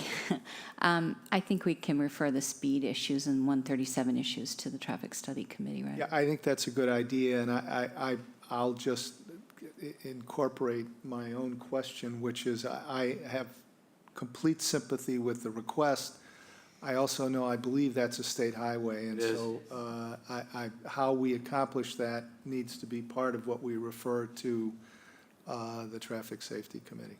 I think we have two issues with this today. We have traffic, we have the velocity of traffic, and we have sidewalks. And I totally will double down on the request for sidewalks there. It's especially after we develop that property. We're gonna need sidewalks there. I'm a sidewalk fan in this town. Yeah. big time. Yeah. And we're gonna need them. And so we need to start early and often with the state, because Yeah. you know how that can become a total miasma. Yep, yep. And the DOT loves us. Thanks. We've had such a good relationship with them. Okay. Anything, I started with the public, I guess I'll keep going with the public. Anything else from the public? Anything from the board? Okay, then we will turn to, sorry, yes, thank you. Public comments on the business agenda other than items A and B. Ms. Gibbs. Yes, thank you, Mr. Chair. I just want to comment on the town project public engagement procedure, first read. I'm not really sure what that is. It's really complicated, and it came from some international association. I don't know why we're doing something like this. You know, we're a town of 7,000 people. And, you know, this looks like it's more for huge consortiums or cities or whatever. I think it's way too complicated. I think it's going to require a tremendous amount of time by staff, who I believe is already overworked. And I think that it gives too much authority, concentrated authority to staff in terms of deciding who will be reached out to. There are those 5 levels of what is considered important, who's interested. I don't know how you can know who's interested if you haven't heard them speak. And I'm also concerned about all the different stakeholders and reaching out to them individually. So since I'm a taxpayer, but I'm not a club member, I wouldn't get invited to any of these things, you know, sports, recreation, environmental, cultural. I think going out and having conversations and having discussions and making assurances and promises that are not recorded, that have no minutes, and that it isn't open to the public at large isn't appropriate. I think there should be a meeting whenever anything is discussed on major projects, whether, you know, whatever they are in town. They should be at the select board where the public can listen, attend, watch it later, have minutes, and see it on demand. So those are my comments on that. I think this is a lot of unnecessary work, and I'm not sure what the motivation was. Thank you very much. Thank you, Ms. Gibbs. Anybody else? Okay. So now we'll turn to the business agenda, the first one being allocation of responsibility for stepping stones and 127 Old Harbor Road. There is a memo which recites the background for this. I will just kick it off saying that the board of the Affordable Housing Trust in August constructed a request for this board, the select board, to discuss and perhaps consider offering to the select board, the Affordable Housing Trust Board, the responsibility for developing an RFP. I think actually Gloria's staff memo framed the 3 alternatives, and maybe you want to address that, Gloria, as the 3 things that potentially could be a response from this board to the Affordable Housing Trust Board. Sure, thank you. Just to introduce this to people who are listening or watching, to reiterate a little bit, on August 6th, the Select Board started to talk about the next steps for the property at 127 Old Harbor Road. One of the things that they discussed was dispensing with a feasibility study and just issuing a housing development RFP. That led to further discussions about how the property could be developed and the possibility of combining that RFP with the Stepping Stones property. The board took no action at that meeting at August 6th, although they did decide to come back together and discuss this. The very next day, on August 7th, the Affordable Housing Trust met, also discussing next steps.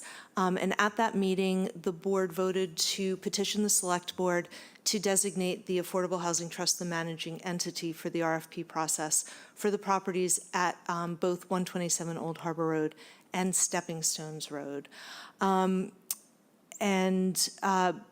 Basically, with that petition, I know that they requested to be the managing entity, but of course, the Select Board, which has control of the property, can choose to either allocate that responsibility to the trust, come up with some way of sharing the responsibility between the Select Board and the Affordable Housing Trust, or maintain responsibility with the Select Board for the RFP process.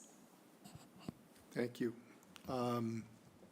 I'll open it up for comment on the board. Corey, go ahead. All right. No smiles, everybody. No. Okay, this is why our citizens are looking at us, shaking their head, going, what in the hell is going on? Seriously. We've been back and forth on this. We voted 3-2 on a select board level about the position on 127 Old Harbor Road. We had a lot of strong opinions about it. One of my colleagues, or one of our colleagues happened to be in town, Mr. Kukulis, and we were reminiscing about that wonderful 3-2 vote. And he has his own opinions, and I'm thinking, I know he's watching out there somewhere, and thank you for watching from afar. But anyway, we brought this to town meeting. I was on the minority side of it. Pitched it as low-hanging fruit. I remember I called Mr. Dykens, come on, guys, let's blank or get off the pot. This has been sitting forever. Enough's enough. Let's get a couple units. Let's get it going. It's been sitting idle, falling apart. This is no good. What have we done? Nothing. Now we're talking about, let's go 4 to 6 units, 6 to 8 units, 8 units combined with. We're just extending the process. We brought it before town meeting, said, okay, low-hanging fruit, couple units. If we're going to do it, let's just issue the RFP and move this process forward. It's almost like a bait and switch, almost like, we're going to have this, and then we're going to sit for several years and change the whole process. This is why we're losing respect in this town. We put something forward. Let's follow through with it. If we're going to change the tune of it, bring it back to the town meeting, let them weigh in on it. If they want a bigger project, let them weigh on it. I'm not giving up my responsibility. This board should not give up his responsibility. Whether it be me, the 5 of us, 5 other people, this board should keep their responsibility. We're the elected officials of this town. We should follow through with what we started and finish up the project, period. Dean, thank you. Yeah, thank you, Mr. Chairman. I'm in agreement with Mr. Metters, probably no surprise. Both of these properties are within the jurisdiction of the Select Board. I really don't see any benefit for the Select Board to designate the responsibility for crafting an RFP over to the Affordable Housing Trust. The Housing Trust and the Housing Partnership may have some valuable thoughts, ideas that should be incorporated or considered for incorporation into the RFPs, and they can provide them to the Select Board. But the task of actually drafting the RFP, preparing the RFP, is really going to be assigned to our staff person who's sitting right there. And I think that the Select Board should determine, and I guess I'm going into the second, and item B as well as A, as I think Mr. Metters was. The Select Board should decide how many units we want on these properties. And, whether we want ownership only, which I prefer, or a mixture, and task the staff to draft the RFP. When the draft comes in, I'm perfectly willing to, and I would welcome any comment from the trust or the partnership, and then we can decide whether we want to include that information or not. I can get even more particular about my concerns about how the trust conducts its business. I'll leave my comment at that, unless further discussion merits further explanation on it. But I'm opposed to assigning responsibility or sharing responsibility with the trust on the RFPs for these properties. Thank you, Mr. Chairman. Ms. Davis? Thank you, Mr. Chair. Giving this a lot of thought in contemplation about where we are as the Affordable Housing Trust and where we are as the Board of Selectmen, and just having conversations with people about how we can go about this and be able to accept valuable input from the Affordable Housing Trust and the Community Housing Partnership, and find a compromise that works out best for everybody and respects the process, respects the jurisdiction of the property, but also gives insight into what could be some really valuable recommendations. So I'm not off from what Dean and Corey said about process. What I would love to see is that this board does refer back to the Affordable Housing Trust and the Community Housing Partnership for feedback on an RFP process in partnership with our staff liaison is Gloria, and she would probably be in partnership with the town manager preparing an RFP that would come back to the board. I don't think this has to be I can't say it because I'm somewhat of a match, you can put a word in front of it, that has to create this dissension. This is a process. We're all trying to do the same thing. We're all trying to figure out what is best for the properties, and that's how I see the process go. Yeah, I agree. I think I want to do whatever produces the most professional, insightful RFP that affords the town and the select board and the Affordable Housing Trust and the Community Housing Partnership the most options for their development. We have experts that we assign, that we appointed in the Affordable Housing Trust. Why wouldn't we use that expertise? Similarly, with the Community Housing Partnership, why wouldn't we ask them for their input and their expertise? I don't view any of this as holding anything up in terms of process.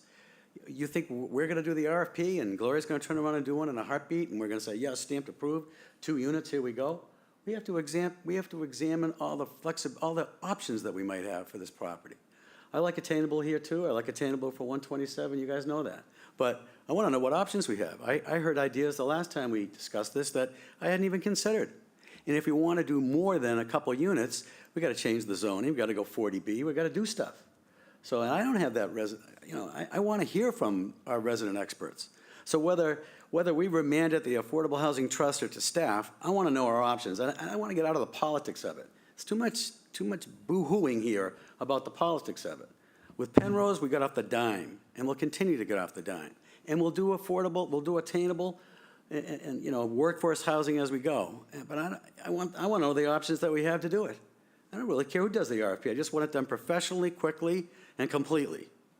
And if that means we go to the Affordable Housing Trust, I'm good with that. I'm good with that. We appointed them. They're our experts. So I kind of don't get some of this. I really don't. We want to move the ball down the field. And I don't believe getting input from experts gets in the way. Thanks. Go ahead, Corey.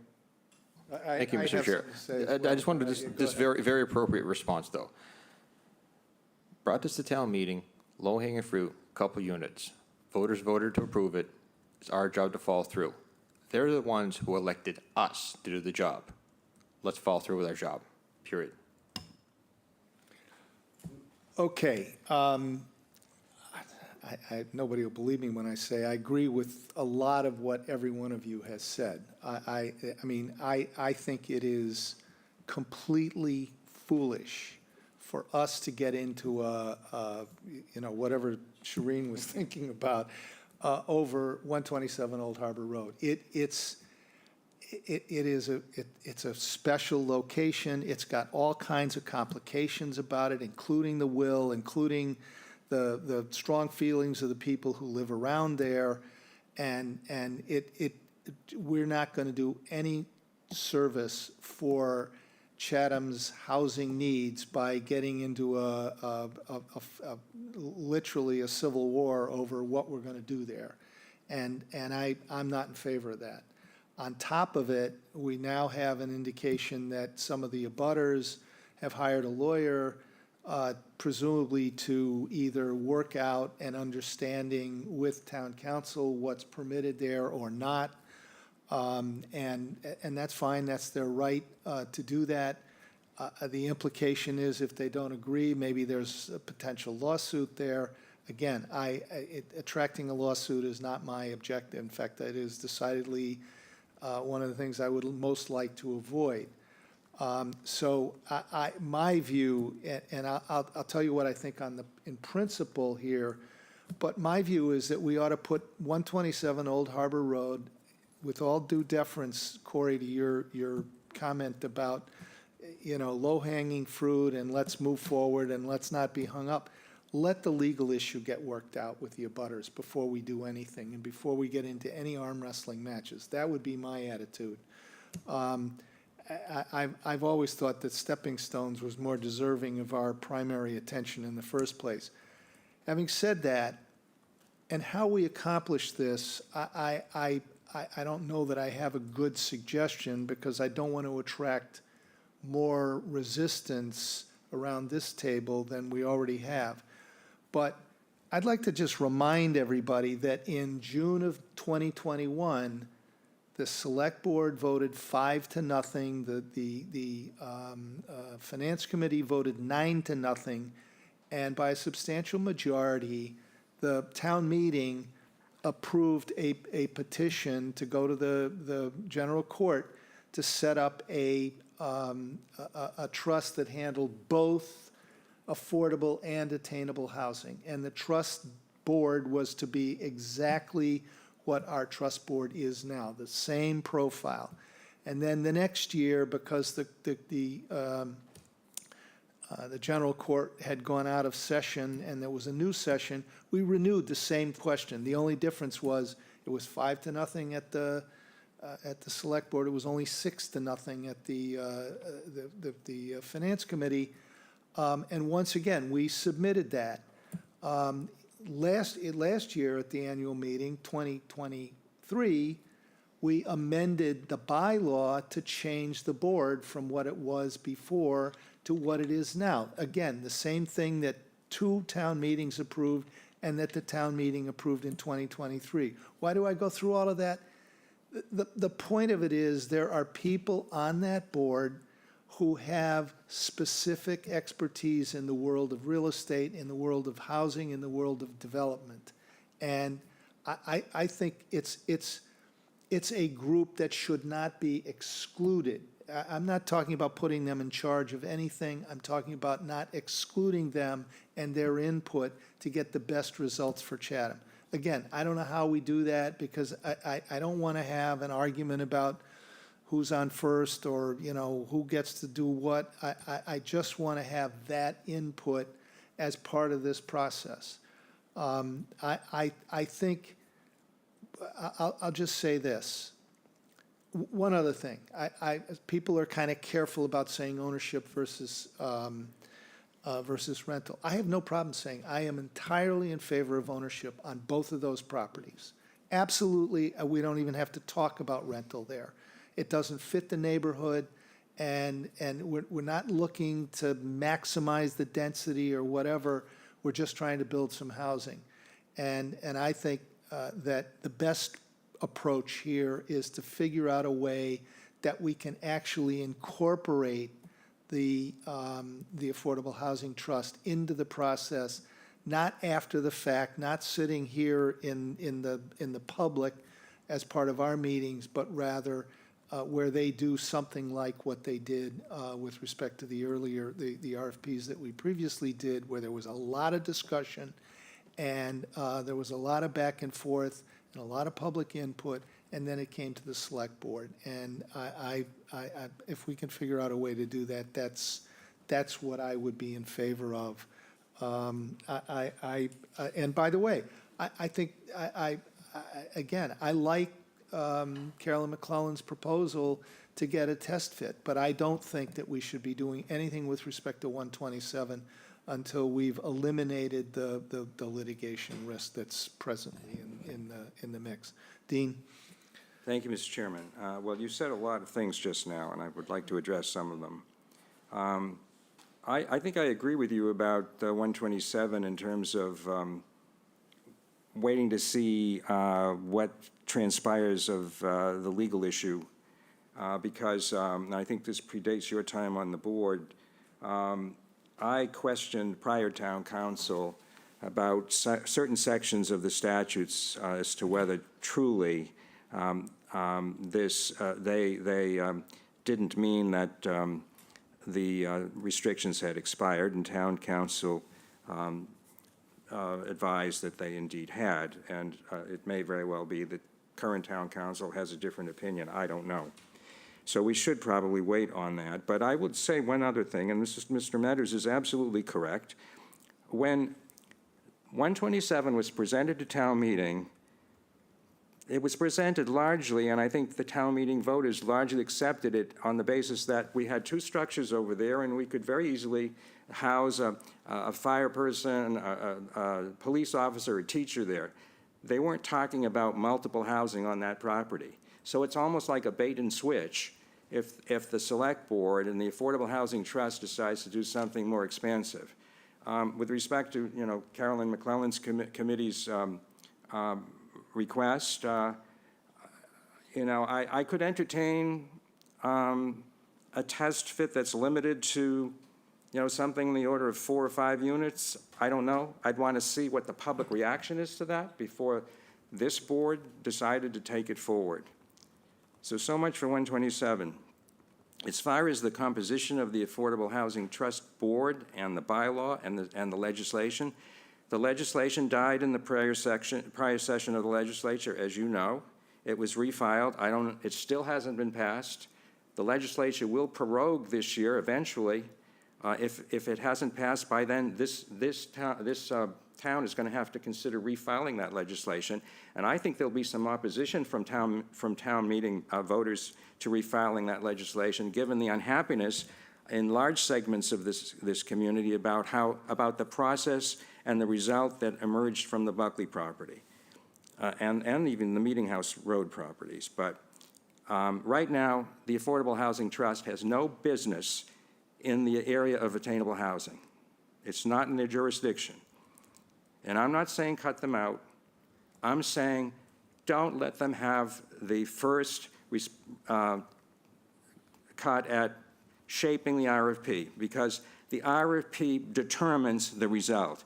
I remember when the town manager told me, as she discussed with everybody on this board individually, what her decision was on the Buckley property, and she told me she felt constrained by the language, and Jill, you can correct me if I'm misstating this or misremembering it, constrained by the language in the RFP on the Buckley property that was heavily skewed toward rentals. There was mention of ownership, but it wasn't really prominent. So whatever you put in that RFP is going to determine what you want. And that should be the responsibility of this board. I have no problem, and I think this is along the lines of what Shireen was saying, with the RFP being drafted, presented to this board, and then our boards providing it to the trust and to the partnership for comment back to us. That's what they did to us, essentially. They drafted it and they sent it to us for our comment. And we can take into account their comments. I guess I don't share the estimate of their expertise that some other members of this board has about the composition of that board. And I don't like the way they do business. I think they do too much behind closed doors. I don't get the sense that they're very friendly to dissenting opinion. And I'll leave it at that. Thank you, Mr. Chairman. Thank you. Any other comments? Anything from the public? Ms. McClellan?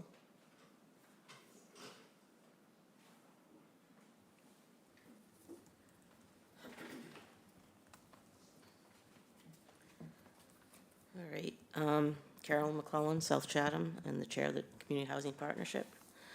Most of you know I've been involved in this property, advocating for it for a very long time. And I was with 3 years, I think we had to go to town meeting before we got it passed. I was very happy about that. That said, I know that the community has, this is a unique, I guess every property is unique, but there's a lot of issues around this property, a lot of ownership. The community feels a particular ownership about this property. I think originally we thought, yeah, we'll put a house there and maybe turn the barn into a unit. And I think if the house was salvageable, that would be what we would do. We wouldn't knock down a decent house that just needed a few cosmetic repairs. But because that's probably not going to happen, it's a waste of the property not to look at, could it be developed a little bit differently? I really want the test fits done sooner than later. I'd like them done so that all of us, you folks here, all of the Housing Trust, my partnership, and the public can look at the possibilities to see how far we are apart on our expectations and what we want for the property. I would like to see that done, and then for our partnership to go work on our recommendations of how we would like the property developed. The Housing Trust could look at it and think about how they want it developed. We come to the Select Board and we make our recommendations. Ultimately, they're going to have the decision, and they kick it over to our Housing and Sustainability Director to write up the RFP. I'm willing to concede on this property more than others because of the community buy-in and their expectations. I want as many people to be as happy as possible with the final product. I think we can deliver a quality product. I would like, obviously, more than 2 units. I don't need 12. And to speak to the fact that someone has contacted an attorney, that happens in with affordable housing all the time. We can't just stop because that happens. All right, I really think we should move forward. I think if we had the test fits and had all these conversations within the public, maybe some of the abutters wouldn't be quite so enraged about what we're proposing. I think some of the other test fits that somebody presented with the, I don't know, 12 or 18, however many units, is too much, and I bet that scared some folks. That's not what I'm advocating for. That's not what I want. I want some folks to live on that property, and I want the majority of the citizens in this community to be thrilled with what we produce. And I'm willing to do what we need to do to get there. I want to build back some community trust, and I want to deliver a good product, and I think we can do that. I don't think there's any value in the two bodies between the trust and the Select Board doing their saber rattling about who's going to be in charge. Ultimately, this has to belong to the Select Board until all that happens, and that's just the reality we have to deal with. And I think the public in particular on this property is expecting that. And I don't see any reason to create more animosity while we're trying to develop this property. So that's how I'd like to move forward. Thank you.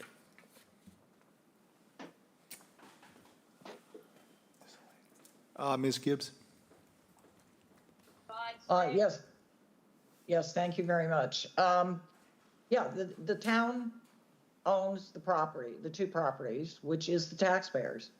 And the one thing I didn't hear today between the 2 boards was that public comment and our ability to participate in the process. I think this is totally premature. I think it belongs absolutely to the Select Board. They represent all the interests of the town. We have been made promises over the years. A lot of things have morphed. I think we have an absolute right early on in the process to look at what is being considered for density, the number of attainable units, and home ownership. That's what we had expected. We expected that more people who live and reside in Chatham were going to be able to qualify for housing, and this is our opportunity. By the time RFPs are already drafted, it's too late. The deed's done. We make comments. I can't tell you how many comments I have made and suggestions and asked questions over the last 2 years of the Affordable Housing Trust, and I've never gotten an answer on any of them. Tonight, there are 5 questions that I thought should be incorporated that nobody even addressed about the quality of the maintenance, on who's going to take care of it, You know, what if it's bad? Do we have a say in it? Restricting occupancy. They can't use inferior quality materials. And all kinds of things like that. You know, putting dishwashers in. You know, why is it that we ask questions and we never get answers? And that's what the Affordable Housing Trust does it all the time. I absolutely agree. It has to stay with the board because now it means it stays with the people. We're the taxpayers. We get to weigh in on it. We know what we want on these properties. You got your ways in terms of density on 1610 and Main Street, or excuse me, 1633 and Main Street. I think that we have an opportunity now to do it the way we were promised. Thank you. Thank you. Any other comments? I'm going to say for myself, I think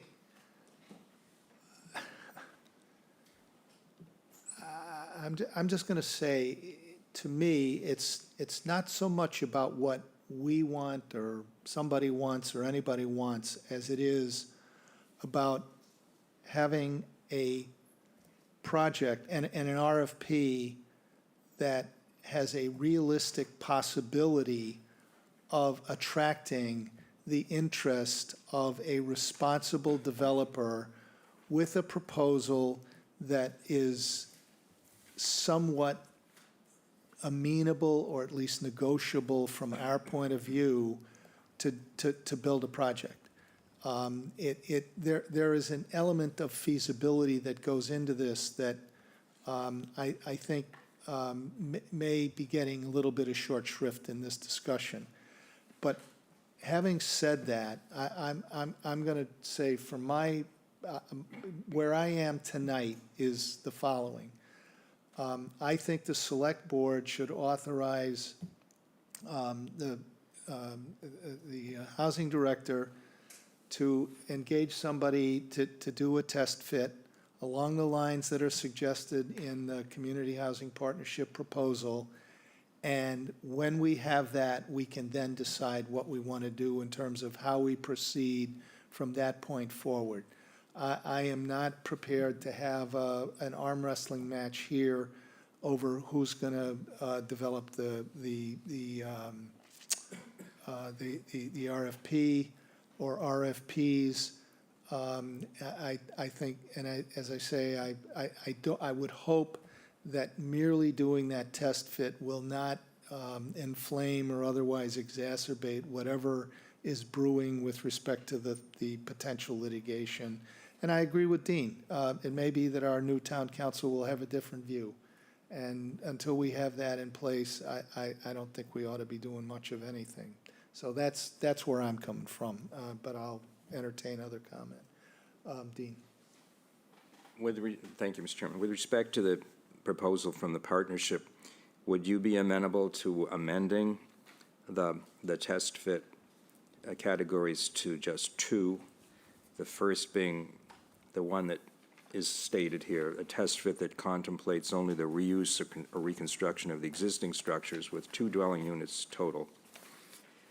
And modifying the second one to, instead of saying 6 to 8 units approximately, 4 to 6 units, and delete the third category, which is a higher density test fit. In other words, test fits for 2 units, and by the way, 2 units under our current zoning could include an ADU. 2 units, 1 test fit, and 4 to 6 units for the second test fit. Would you be amenable to something like that? And I bring this up because I'm willing to consider doing that. And I know we did test fits. What else do I have to give you? I don't know. We did a bunch of test fits for stepping stones. Yep. And we had a lot of feedback.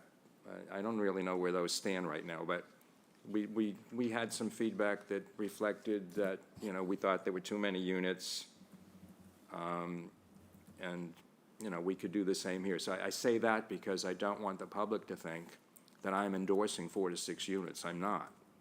I would be interested in seeing what 4 to 6 units look like, so, and I would especially be interested in seeing what the public thinks of 4 to 6 units.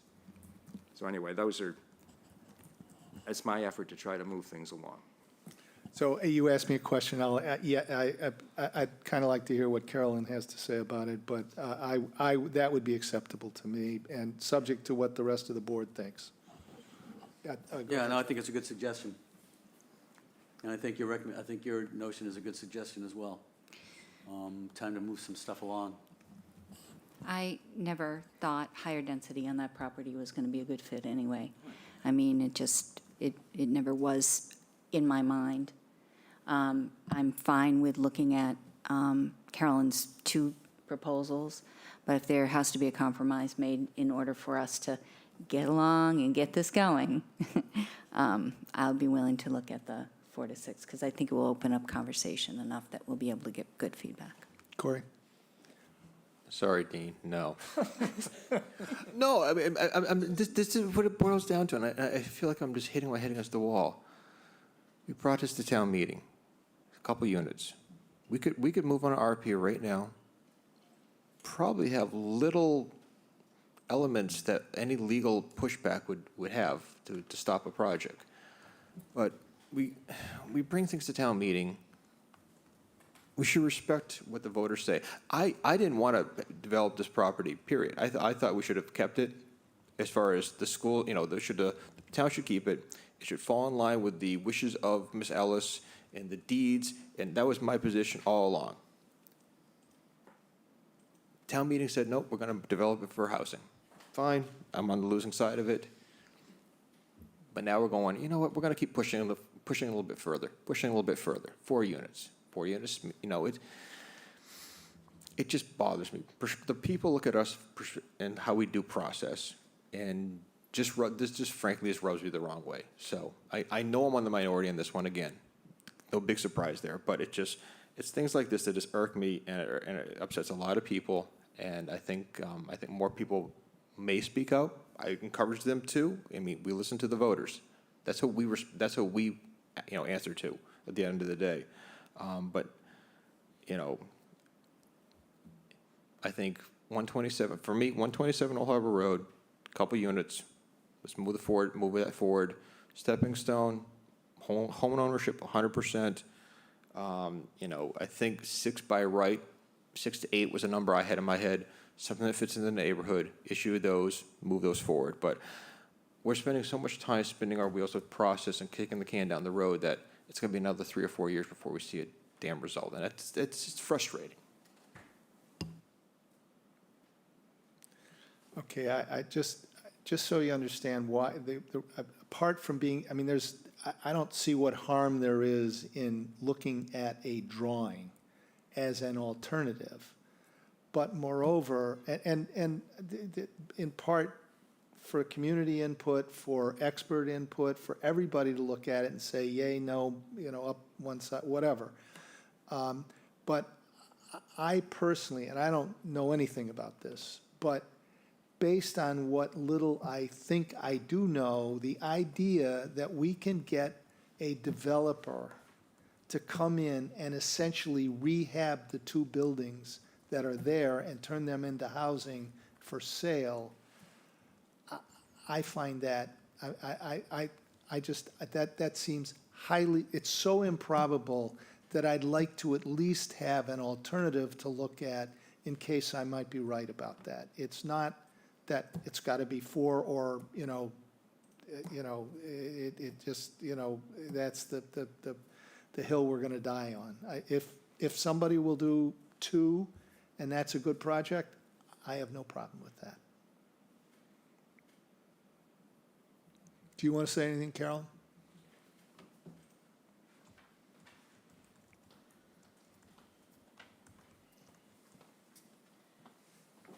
Yeah, I just want to say, I'd be fine with that change, drop off the higher density. I'm not interested in that last possibility either.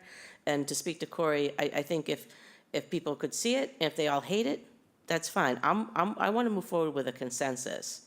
Might not be everybody, but a consensus. I want the community to like it, and I want the community to have the chance to look at it and have an opinion about it, but they have to see it to understand what we're talking about. And if we just let them see it, If they all hate it, then we'll go with 2 units. I don't think there's any rehabbing those units. I think you're gonna have to build 2 new units, but that will be what it will be. But I really want, I mean, affordable housing doesn't exist without a consensus.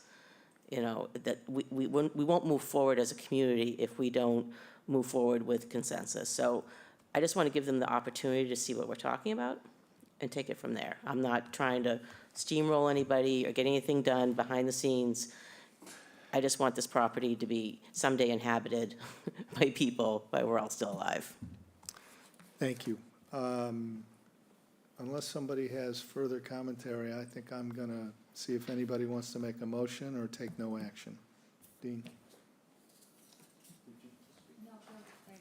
I just wanted to say, you know, Carolyn and I had a conversation about this the other day, and in response to the argument about 2 units, keeping it at 2 units, she said those Carolyn, correct me if I'm misremembering, she felt that those buildings had to come down, that they're not salvageable.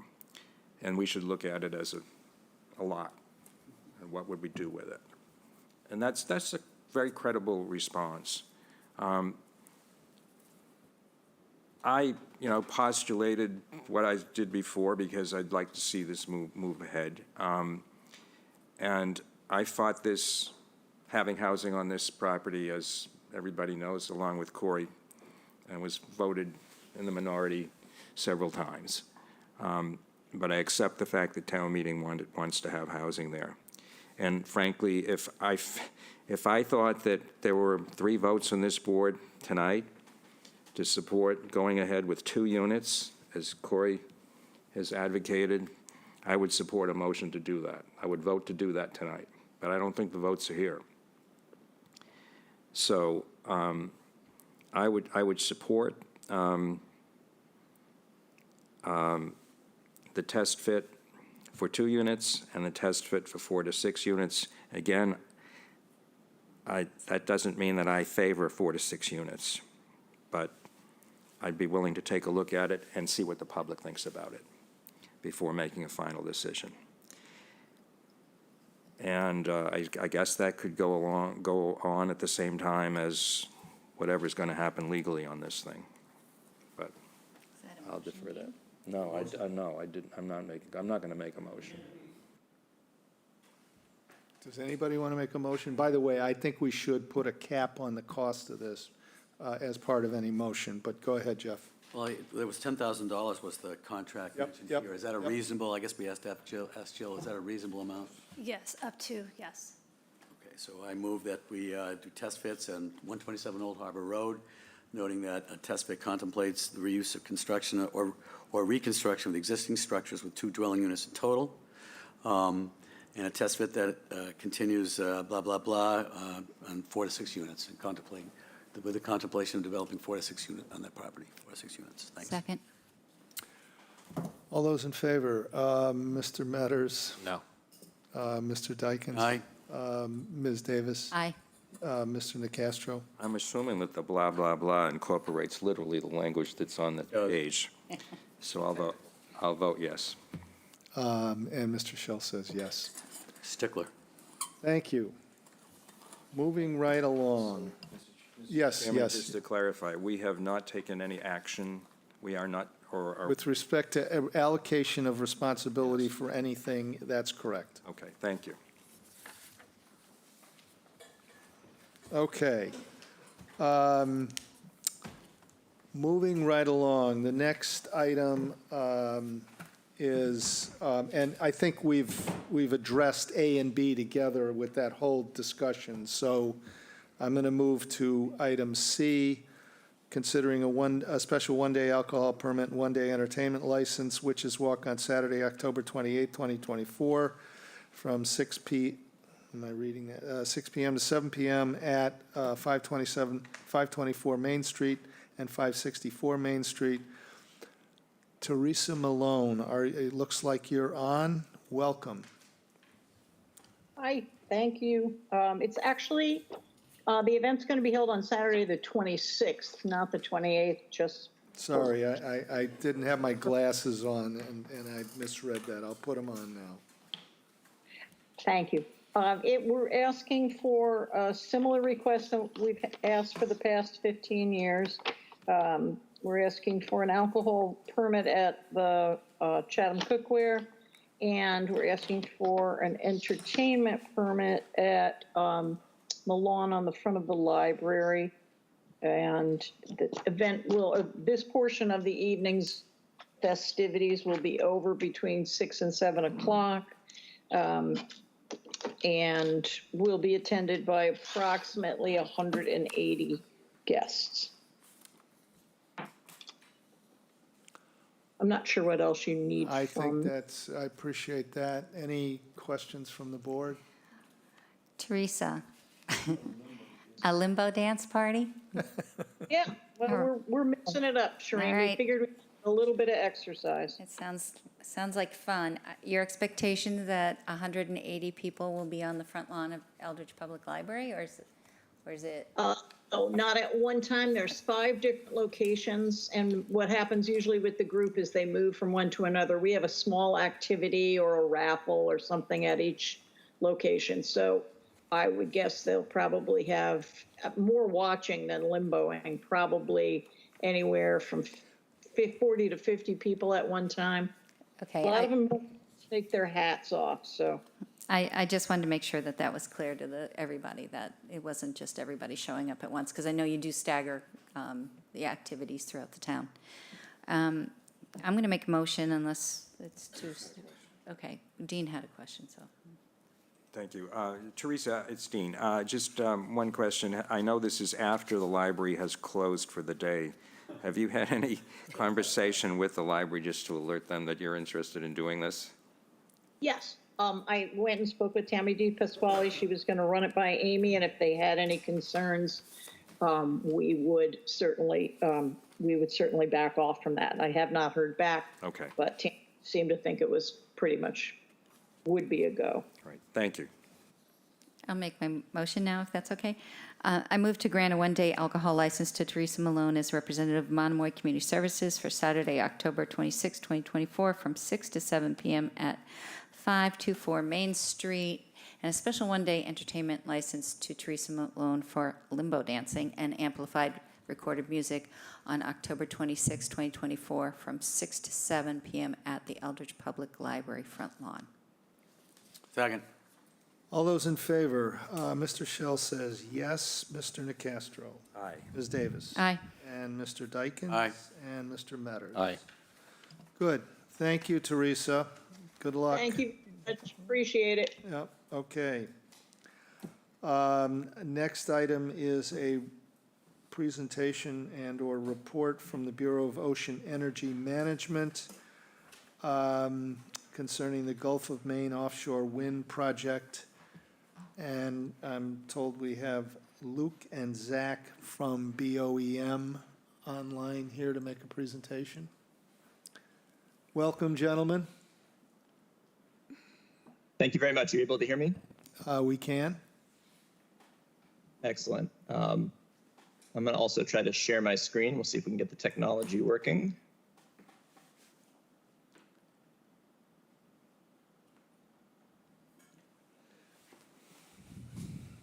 We have liftoff. Excellent.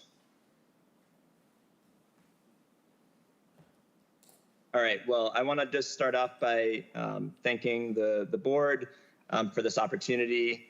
We apologize that it took us a while to get before you here, but I think the timing is good that we can share an update on the final sale notice. And I'm going to try to run through this presentation fairly quickly at a high level, and then depending on sort of where your interest lies, we'll be happy to answer some questions. Should take about 10 to 12 minutes, I think, to get through the presentation.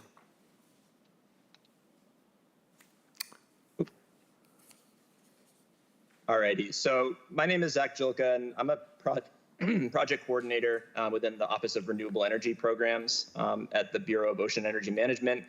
We sit within the Department of Interior. Our mission is to facilitate the responsible development of renewable energy resources on the outer continental shelf, which is the area from 3 nautical miles off the coast to approximately 200 miles off the coast, through conscientious planning, engagement, and environmental analysis and technical review. I like to start out these presentations just kind of recognizing the big picture perspective that offshore wind is something that our elected officials, both at the federal level and at the state level, have emphasized as a priority for the nation and this region. So that's really why this process is taking place and why we're here. We recognize there are a lot of differing views on offshore wind, and we appreciate that and respect that. And our job this evening is to really focus on and provide an update on BOEM's recent planning and leasing activities proposed for the Gulf of Maine, and to address any questions you have on the final sale notice. So we're looking forward to hearing from you and incorporating feedback as we always look to refine and improve our process as we move forward. So I'll go through, there's sort of 3 different sections. One is the lease areas themselves and how we define the boundaries. Then there's the actual lease document itself, because it's a legal document. And then the format of the auction that'll be taking place. And we'll go through all of those. So first on the areas. So the final sale notice published on September 16th, 2024. That's when the announcement was. And it would be the first commercial wind energy auction for the Gulf of Maine. There's been some confusion about the term Gulf of Maine. The Gulf of Maine refers to the body of water that is east of Massachusetts, New Hampshire, and Maine, or partly south of Maine. You can see it on the screen here. It's this body of water. It's kind of known as a sea within a sea. There's unique geological features, including George's Bank and some outer banks along the Hague line out here, along the EEZ, that really define the Gulf of Maine as a feature. So when we say Gulf of Maine, we're referring to this whole area here. The auction for the Gulf of Maine, I'll explain more about how that works, is scheduled for October 29th of 2024. So that's where we are now, but now I'm going to take a bunch of steps back and just sort of take a big picture overview of where we are in this process. So this graphic depicts the renewable energy authorization process. We are still at the beginning of that process. We begin with planning and analysis, and that leads to a lease sale or leasing activities. A lease is not permission to construct a wind farm. A lease is basically gives a developer the sole right to develop a survey plan and conduct survey and site assessment activities. And then they use that information to develop an actual proposal. So that site assessment term in here can take up to 5 years. And meanwhile, that lessee or the developer develops a construction and operations plan, which is their proposal to be reviewed for permitting. So that process, that environmental review and permitting process, takes at least 2 years. And then if the project is approved, they can get that permission to begin construction. So many of you are probably familiar with this process from lease areas in southern New England and have seen that it takes quite a long time. Here in the Gulf of Maine, we wouldn't expect to see any actual development should a project be permitted and approved until probably the early to mid 2030s. So we're really at the very beginning of this process as we are finalizing the identification of the lease areas and having an auction. So the area identification process can be thought of as a process by which we start with a very large area. In this case, we started with almost the entire Gulf of Maine, as I'll show you, as a planning area. And then through different steps of engagement and public comment, we slowly narrow that box down kind of piece by piece, and we look to deconflict it and look for the areas that are kind of least conflicted and most suitable for wind energy areas. And ultimately, we get to the final lease areas for an auction. So in this region, that process began in May of 2022 when we issued a request for interest area, which I'll show you in a moment. the process in general of exploring offshore wind in the Gulf of Maine kicked off back in 2019, actually, when the governor of New Hampshire, Governor Sununu, requested the formation of an intergovernmental renewable energy task force to explore the possibilities of offshore wind. And Massachusetts and Maine kind of joined with the governor of New Hampshire to seek those opportunities and ask BOEM to begin this planning process. The process is really founded upon information that we get from the public and engagement. This map shows the locations of some of the in-person engagements that BOEM has taken part in. Most of this engagement has taken place since 2023 because of COVID restrictions earlier in the process. So these meetings represent, public meetings, our attendance at conferences, smaller kind of targeted meetings with specific stakeholder groups, kind of a full range of different activities. But you can see that we started with a very large region that was exploring, offshore wind up to the kind of down east part of Maine and all the way down to the Cape. And over time, this kind of area you're seeing in blue got narrowed down to these smaller lease areas that are being offered in the auction. So I'm going to go right through these slides, and you'll just see the area kind of shrink down. We started with the planning area in 2022, and then we moved to a request for interest area. This was an optional step that wasn't required by our regulations, but we did that several times, including these optional steps for engagement to really maximize opportunities for comment. Then we came forward with a draft call area to get proposals on a draft before we finalized it. And then we issued a final call area in April of 2023. You're seeing that green area kind of shrink down.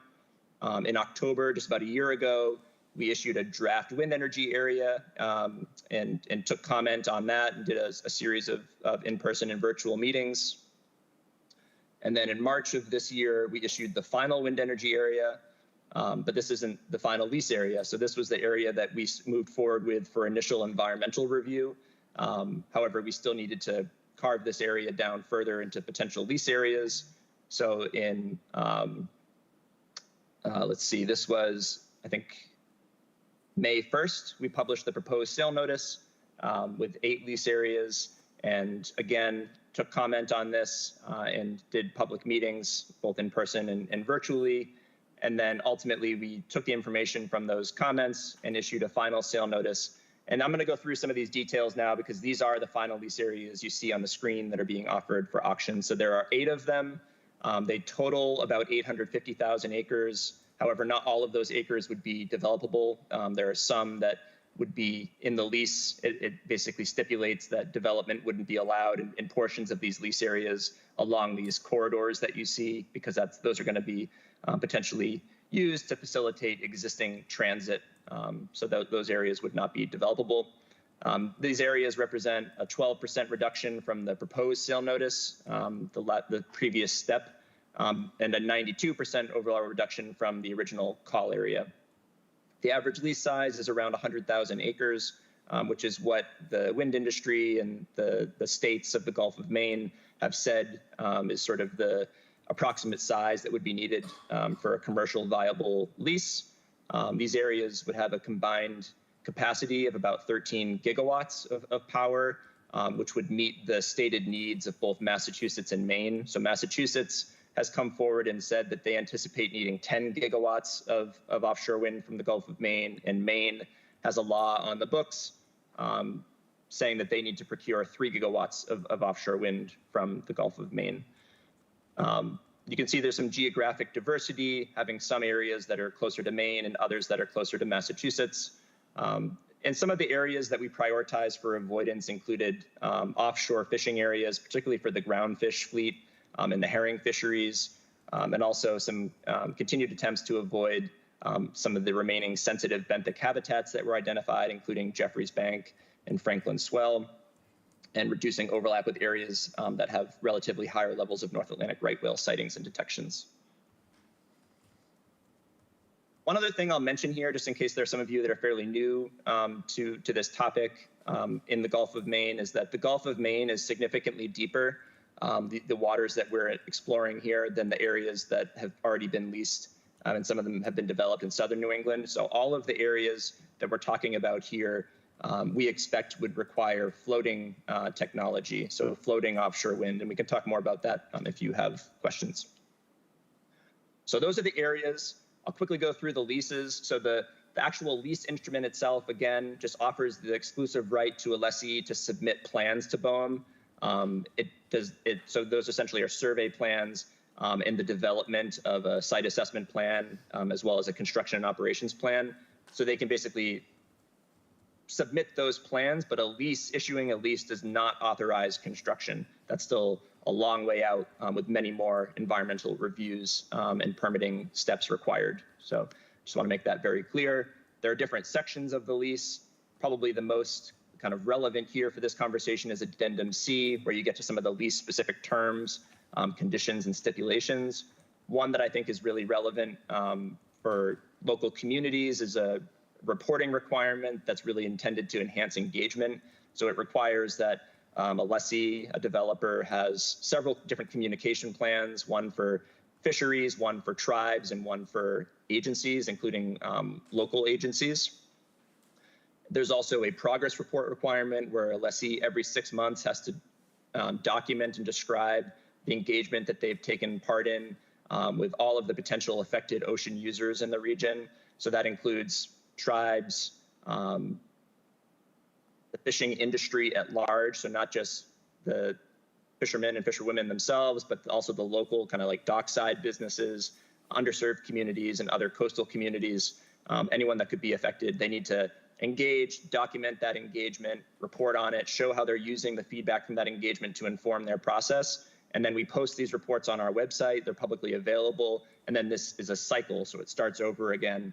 And it's kind of a way to increase the transparency and accountability on the engagement that's happening and how it's being used. Several other stipulations that we've added. I'm just going to kind of list these off, and we can go into them if there's interest. But there are requirements around baseline monitoring for North Atlantic right whales and other large Atlantic whales. Stipulations around habitat impact minimization. There's a requirement around engagement, another one, whereas BOEM can decide to host a meeting and require any lessee to attend that meeting. There's a stipulation around transmission planning that basically would say, to the extent practicable, a lessee must consider the use of shared cable corridors to minimize the cable corridor footprint, and consider meshed or kind of offshore backbone systems where you'd have multiple projects plugging into potentially a single or far fewer potential cable routes. So those are things that we know there's a lot of interest in, and we're going to require that those potential plans be considered and incorporated if practicable. So I think that covers the new lease stipulations. And then for the auction format, there are 2 different regions that we've identified here. So within the auction, there's a north region and a south region, and a potential bidder can win up to 2 leases. And they can win either 2 in the south, or they can win 1 in the south and 1 in the north. They cannot win both of the north leases, and that's to kind of maintain some competition and kind of looking down the road at potential energy procurements, trying to diversify the potential companies that are bidding into those procurements. There are also bidding credits. So within the auction, part of the overall bid that they put down on a lease area can be set aside for initiatives that are really important to the region. In this case, we've identified a 12.5% bidding credit for workforce training and supply chain development to really focus on that local and domestic workforce training and local manufacturing to help the wind industry as a whole move forward, as well as a 12.5% bidding credit for fisheries compensation, because we know, as much as we have tried to avoid all of the highest, the areas of the highest landings and revenues for fisheries, there would still be some impacts. We recognize that, some of them temporary, some of them potentially permanent. So that's why there'd also be a 12.5% bidding credit for compensatory mitigation, which would really just be sort of a first step towards that. There's additional mitigation that is then required if a project reaches project approval later down the line. So I know that was a lot of information. I'm going to stop there. Hopefully that kind of gives you the lay of the land, and we can go into further detail on anything you might have questions on. Thank you very much. Questions from the board? Shireen? Hi, was it Luke? Luke, yeah. Luke, or is it Zach? Who am I speaking to? I'm Zach. Yeah, Zach, Luke, my I think colleague, is we- also on. okay, Yeah. Hi. Hi, I think we might have met in Eastham when you guys made this presentation before. A couple of questions that I have, understanding that there has been some reduction in space, an area that isn't going to impact the fisheries as much. I'm not saying that it's not going to at all. But when you're talking about the survey plans, when the developer starts to do the surveys and the site assessment plans, I think I'd like to have some clarity on the process of how that works. Would any one of the developers during that time that they're doing their site assessments and everything do any construction, not wind turbine construction, but would they be building any structures out offshore that they would be then again using as staging or platforms that they would be using to just do surveying or anything else? Is that happening during this process at all? Yeah, hi Sheree, and thank you for the question. No structures would be authorized. The one thing that they can deploy as part of the issuance of a lease is a meteorological buoy. So they can deploy a buoy. We could probably find some pictures and send those along to you after the conclusion of this meeting. But those buoys can monitor ocean temperature, ocean currents, wave heights, and then they also have the ability to capture wind speed information in the site. And so that's pretty standard practice. Earlier in the kind of infancy of this industry, we used to authorize the construction of Met towers, so that those essentially achieve the same thing, but it was an actual structure. The industry has moved away from Met towers. It's too much money and work for something that can be achieved by the deployment of a buoy. So hopefully that answers the question. Anything that's, once the developer kind of pursues the deployment of a buoy or they're conducting survey plans, as part of those communication plan requirements and other kind of restrictions and requirements they have to put out a notice to mariners and make sure that information gets out there well in advance of their activity. Oh, excellent. Yeah, there's a good example of one.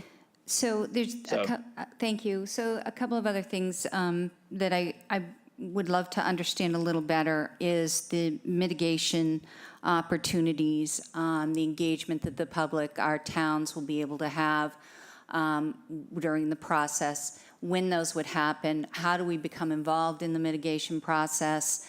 Obviously, we, as a town, would either designate staff or certain interested members of the community or committees to be part of that process. I just want to know, where do we step in to start to talk about that? We have a fisheries community that we represent, and we want to make sure that everybody is fairly represented. But also the other side of this is, if there's any mitigation as to hazards that could occur similar to what happened in Nantucket, where do we start in the process of becoming engaged as a community to protect our own interests? Yeah, again, really good question. So there are different pieces to that. I think for the fisheries piece, there are specific avenues by which that occurs. So as I mentioned, there's a fisheries communication plan requirement, and that's spelled out in the lease. A developer is required to have a fisheries liaison. They attend the fishery management meetings. They hold office hours and dock hours, and really have to be pretty proactive at being in the places where members of the fishing industry are, to kind of get that input and feedback.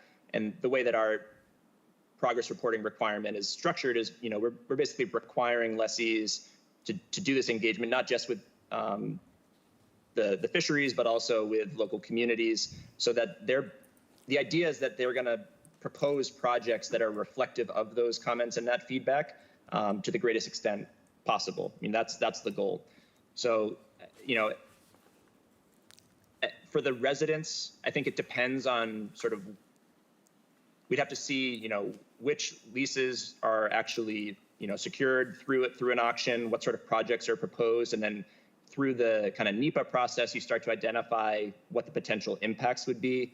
I can't guess at what the potential impacts to Chatham would be, but if there are impacts that are identified, there's a process by which we would evaluate those impacts at BOEM, and then there can be requirements through the permitting process, and then also oftentimes the developers will kind of negotiate directly with potentially impacted communities and kind of work through community benefit agreements. Luke, do you have anything to add to that? I think the takeaway is that each project is unique and each community is unique.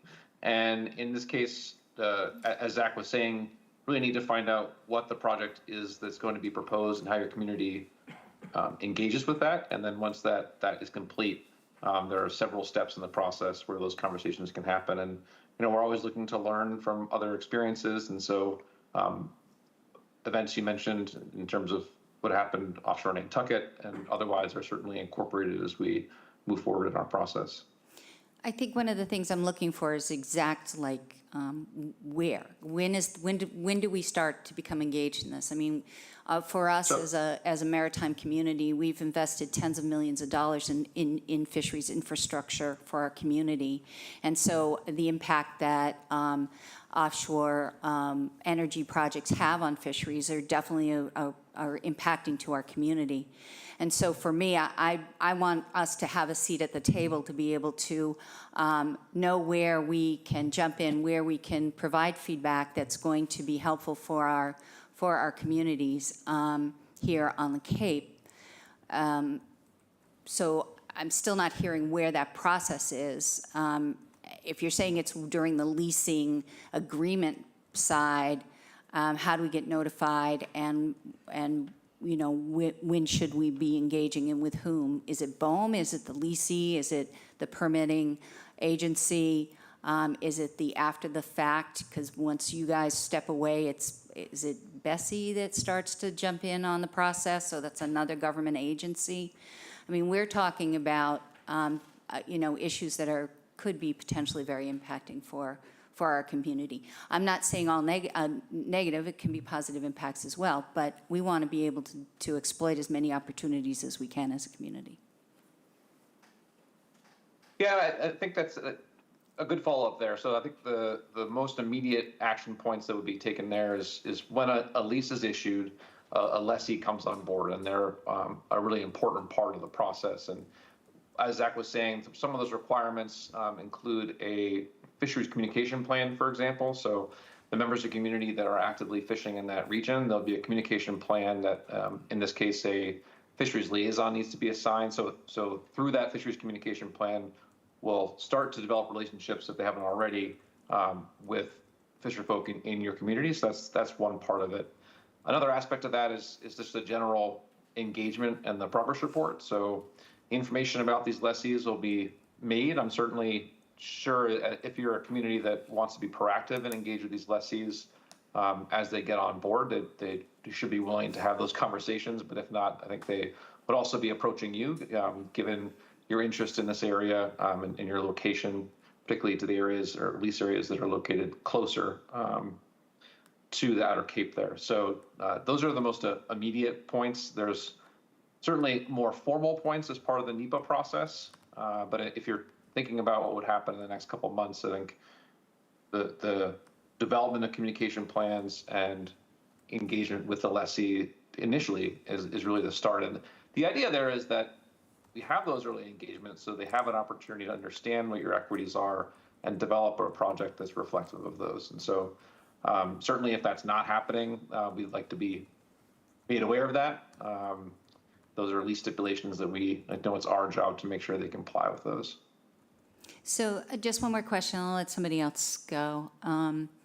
It's about the transmission easements. You guys do issue the transmission easement, and then all of a sudden it's up to the state to negotiate with the lessee on transmission to shore, what town, I mean, that's the state and the town's process, unless that's changed through any state legislation at this point. But where in that process, when you provide that easement, is there a place where we can look at, I mean, you don't know where it's going ashore because you haven't gotten the proposals yet, so it's sort of like we're at the mercy of whatever award is and then whatever's going to fit, and then all of a sudden it's, you know, on the communities, it's the onus of the community to figure that out, and there's a lot of changes that can occur in, you know, I'm not saying that transmission's going to come to Chatham, but if it did, in fact, come this way, you know, what safeguards do we have to assure that it's not an impediment on our infrastructure and that we have a say at the table when it comes to, aside from the MIPA and the conservation and all the other permitting, where do we stand with that? Yeah, I'll jump in on that. So, you know, you're exactly right that we don't know where the project proponents are going to propose the transmission landings. At this point, we have some idea of where some of those potential sites might be, just based off of information from ISO New England and information you can get on, say, the New England or the Northeast Ocean data portal.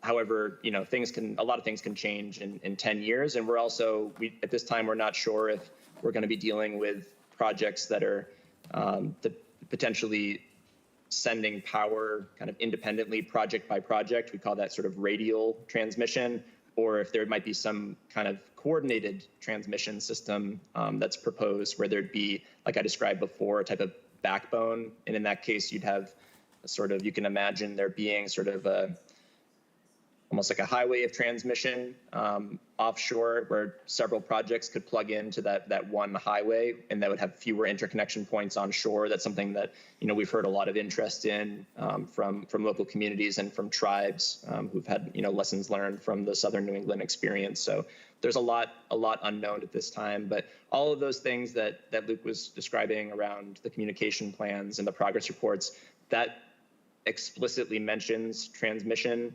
So, you know, they are required to do engagement with local communities and with tribes and others, and to basically incorporate that information before they even submit any paperwork to BOEM on an actual project proposal. That's been a lesson learned for us. We want to build in that engagement early in the process. So that's really the first kind of entry point for local communities, is to engage with the lessees. And to let it be known sort of what your thoughts are around how your community could be affected or could stand to gain from different aspects of these projects. And then after it kind of gets to a point where a company would submit a construction and operations plan, they will have one, two, you know, they could have several different alternatives that they're considering. And then through the National Environmental Policy Act, we often expand upon those options and look at even more alternatives. And then all of those alternatives need to be assessed through the permitting process. And that's sort of our side of it. Like you mentioned, the state has a lot of sway over how this plays out, and they can build that into their procurements. So when they go and sort of issue a request for proposals, they can kind of build in different requirements into those RFPs, those procurements that sort of specify how they'd like to see that power brought to shore or interconnected. So there are a lot of different points along the way. The first part will be that engagement piece, and then kind of years from now will be the actual kind of consideration of alternatives and energy procurements. Okay, well, thank you very much, and I just want to say to my fellow select board members that we need to stay engaged. I know we'll have more bites here at the apple, but we really haven't had much of a say at this point, so I think we need to stay diligent. Thank you. Thanks. Yeah, Jeff. Thank you, Zach and Luke, for being here this evening. I did catch the BOEM presentation up in Eastham. It was fascinating to me then, and it's equally as fascinating now. I want to follow up on a couple of themes that Select Person Davis mentioned, the first of which is the mitigation fund for the fisheries compensation fund, mitigation fund. It's 12.5%. Number one, who came up with 12.5%? What does that mean in terms of dollars? And who decides what's in the bucket? What kind of 12.5% of what? How many dollars? And that gets spread up and down the coast without any coastal town that has a fisheries component, if you will. So a couple questions there, and I have macro questions as well that are burning, but I want to hear the answer to that one, please, first. Sure, yeah. So the number, BOEM has basically decided through kind of the general federal government experience and auctions of this type, so that we have our experience of oil and gas, and there's also a lot of interior experience on public lands, that for these types of bidding credits, they cap the overall amount that can be set aside for a bidding credit at 25%. So in our engagement, in our review of public comments, we identified two major needs. One was around the kind of local domestic supply chain and workforce development, and the other was around fisheries compensation. So we took that 25% cap essentially and split it in two. So that's how we got to 12.5%. That 12.5% is of the bid price essentially for how the amount and area goes for an auction. So the starting price for most of these lease areas is around $5 million. So it would be, if it went for $5 million, it would be 12.5% of that would be set aside for that fund. That is not the only source of fisheries mitigation. It's sort of an earlier down payment on fisheries mitigation, if you will. Ultimately, as we've been discussing, we don't know the extent of the project that's going to be proposed at the time of a lease, right? So once a developer proposes a project and we analyze the potential revenue exposure and work with the National Marine Fisheries Service to do that, take comments on it, that becomes a term of permitting and what we call COP approval, that they then need to kind of pay the full balance that would be owed to cover that potential mitigation. So this is sort of the first sort of down payment towards that, but it's not the whole picture of what is going to eventually be put aside for fisheries mitigation. So it's by each lease, though. 25% of the value of each lease that's paid is going to be set aside in funds. 12.5%. Yeah, well, 12.5 and 12.5 is 25. You're going to do a workforce development. You're going to do fisheries. Yeah. Right. Okay. So the area has diminished in size a bit since Eastham, I think. What got me going there were the transmission lines and I'm very heartened to hear tonight that you're asking potential lessees to think about, or you're asking them or demanding that they share transmission lines. If you have 5 leases in one area, if you have 5 different transmission lines running all over the ocean, you really need to concentrate them. I thought that was a no-brainer to me, and I'm not an engineer. But what really gets me going is that how are you going to get electricity back to Massachusetts, to mainland Massachusetts, be it Sandwich, Plymouth, which is probably or Boston, Sandwich and Plymouth in particular, I should say, without going over Stellwagen? And Stellwagen is a national treasure. It's a sanctuary. So how are you going to get those lines over Stellwagen? With who's going to approve that, and how do we know what kind of impact that's going to be on one of the most treasured marine sanctuaries on the face of the planet? So I'm an individual, I'm a select board member, I'm a citizen, a taxpayer, but and I'm a former fisherman, but I have real concern about any electrical transmission lines running over that Stellwagen bank. That's unconscionable to me. And how are we going to protect the whales, the dolphins, the herring, the lobsters, all the benthic animals that are there? That is a treasure. So I really think we have to think carefully how we get those lines and get the electricity back to Massachusetts and Maine. Apparently, New Hampshire misses out, even though they started this whole thing. I didn't hear New Hampshire got any electricity out of this. But that's a big one. And I'm sure you've heard it before, but I just was so struck then at your presentation that I don't know how you're going to get through Stellwagen with electricity lines. So if you could maybe speak to that. I'd appreciate it. I saw your comment about Jeffrey's Ledge. I sculpted in Jeffrey's Ledge. It's a beautiful area as well. So I appreciate your attentions, your ongoing attentions, and hopefully your future attentions to the fishing industry and whales and mammals and migrations and boat traffic.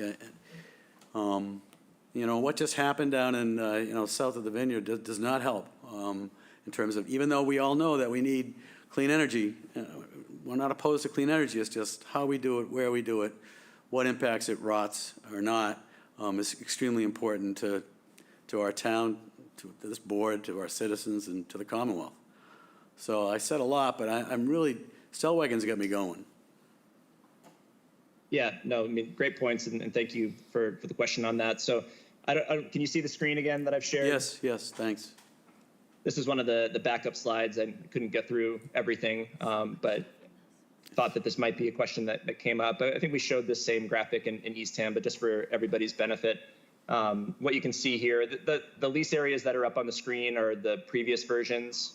These are the proposed lease areas. So as you mentioned, these have been narrowed down by about 12% since they were kind of put forward in this form. But just to illustrate your point, this is Stellwagen Bank National Marine Sanctuary, and then there are also state sanctuaries that abut either side of Stellwagen.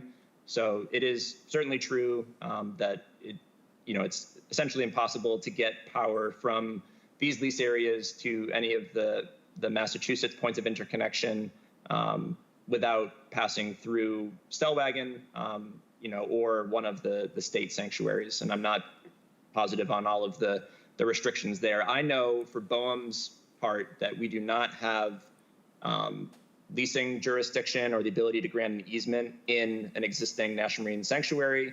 The Stellwagen Bank National Marine Sanctuary itself is well aware of this, and they've provided language that was in the proposed sale notice and also in the final sale notice. And they also participated in our task force meeting in Plymouth in May of this year. So I'd encourage folks, maybe Luke can drop a link to that in the chat.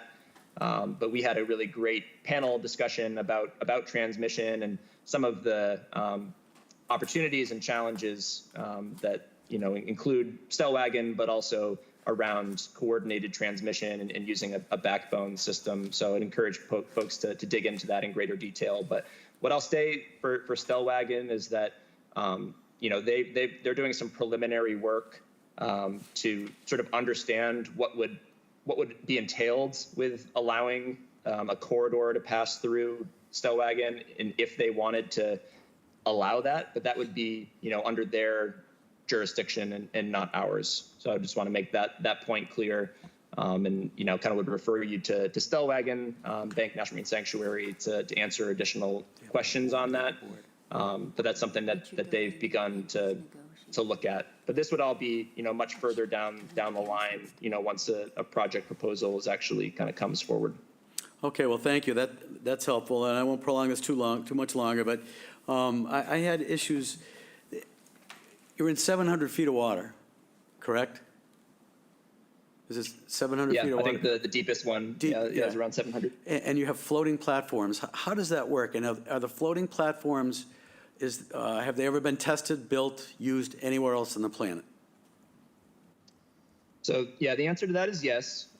So there are a number of kind of pilot demonstrations, and those are the turbines are at a commercial size, but the number of turbines within the array has been limited. So I think the largest existing array is, I want to say, 11 floating turbines off of Norway. It's the Hywind Tampen project.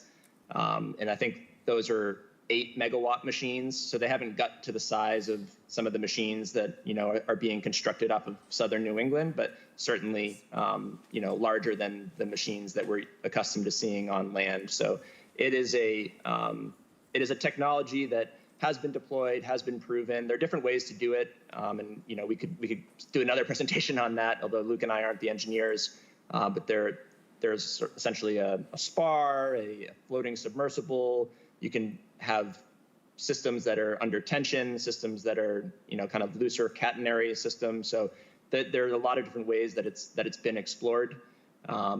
And yeah, most of the work to date has been off of Norway, Scotland, kind of France and Portugal, although Asia is quickly catching up and beginning to deploy their own floating systems. Thank you. Just in my concluding remarks, I just really do appreciate you being here. And I echo Select Person Davis's notion of staying kind of on track here. There are an awful lot of unanswered issues here that again, in favor of clean energy, but with at least impact to our environment, the bottom of the ocean, the fishing community, and the citizenry. Lots of concern. I'm voicing a lot of concern, a lot of unanswered questions here. I'm fearful that we give up power to lessees, and now we're starting to negotiate with individual lessees, and it's going to be very difficult to do that, to focus on those lessees that may be most impactful to Cape Cod and Chatham in particular, but Cape Cod also. So, but I do thank you for being here, and I really do thank you for your efforts, and more to come. I thank you. Bye. Thank you very much. Yeah, Dean. Yeah, thank you, Mr. Chairman. Very quickly, since Jeff actually addressed a question that I was going to ask about these floating platforms, but I'll just ask one sort of sub-question on that. Are they tethered to the ocean floor? How are they just anchored? How do they stay in place? Yeah, they'd be anchored, and the anchor points, I think, range from at least 3 to, I think I've seen some designs that have 6. And there are different ways to deploy the anchor depending on the benthic environment, you know, what the actual kind of substrate soil structure is. So there are different ways to do it. There are, you know, suction buckets. You can install pilings. These pilings would be much smaller, of course, than what would support, you know, a foundation like you see off of southern New England. But then there are other sort of drag anchors that are, you know, much larger versions, essentially, of what we would see, you know, a vessel use. So there are a lot of different ways to do it, and it really just depends, again, on the type of floating platform that's being proposed and the soil type where the platform exists. Okay. The second question, I did skim through the material that you sent. There's an addendum C, which is the lease, and the conditions and stipulations. It refers to a specific lease number, 0562. May I assume that's a sample of? Yeah, that's right. There are 8 separate leases, and all of the addendum Cs are identical. Okay.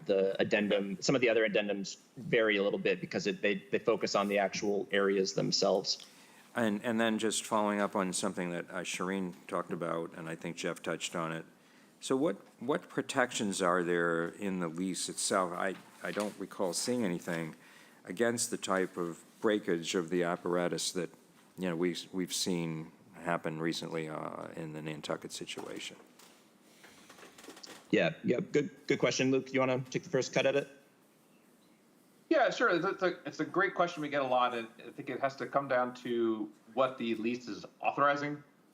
So in this case, the lease is really just thinking about the site characterization activities that would happen or would be proposed to happen. So there's not any construction that's being authorized as a result of the lease issuance. It's simply the privilege for them to submit plans to BOEM to continue to pursue additional survey activity that would inform a plan.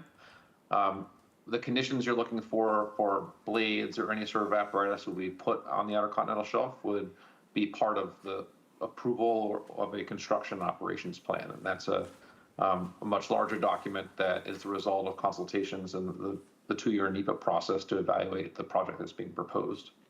So the stipulations you see in the lease are really referring to measures we put forward to mitigate any potential harms from. The biggest one is, or the biggest potential for impacts has to do with survey activities from geophysical survey activities, which use a relatively low amount of sound to gather information about the benthic characteristics of the lease area. So just to clarify, the construction plan is something that would also be subject to the approval of your agency? Correct. Okay. Actually, we're at a point now where we have several projects that have gone through that and have examples of what those conditions would be. Floating is floating offshore wind turbines. It's certainly a different world.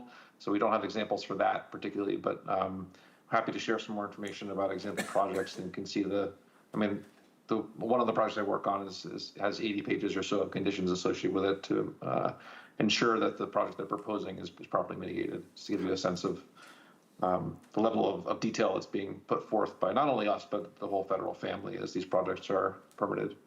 How tall are these turbines? It's a great question.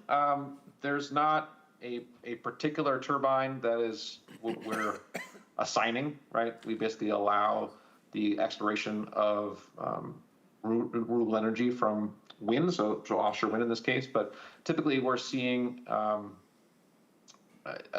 blade tip height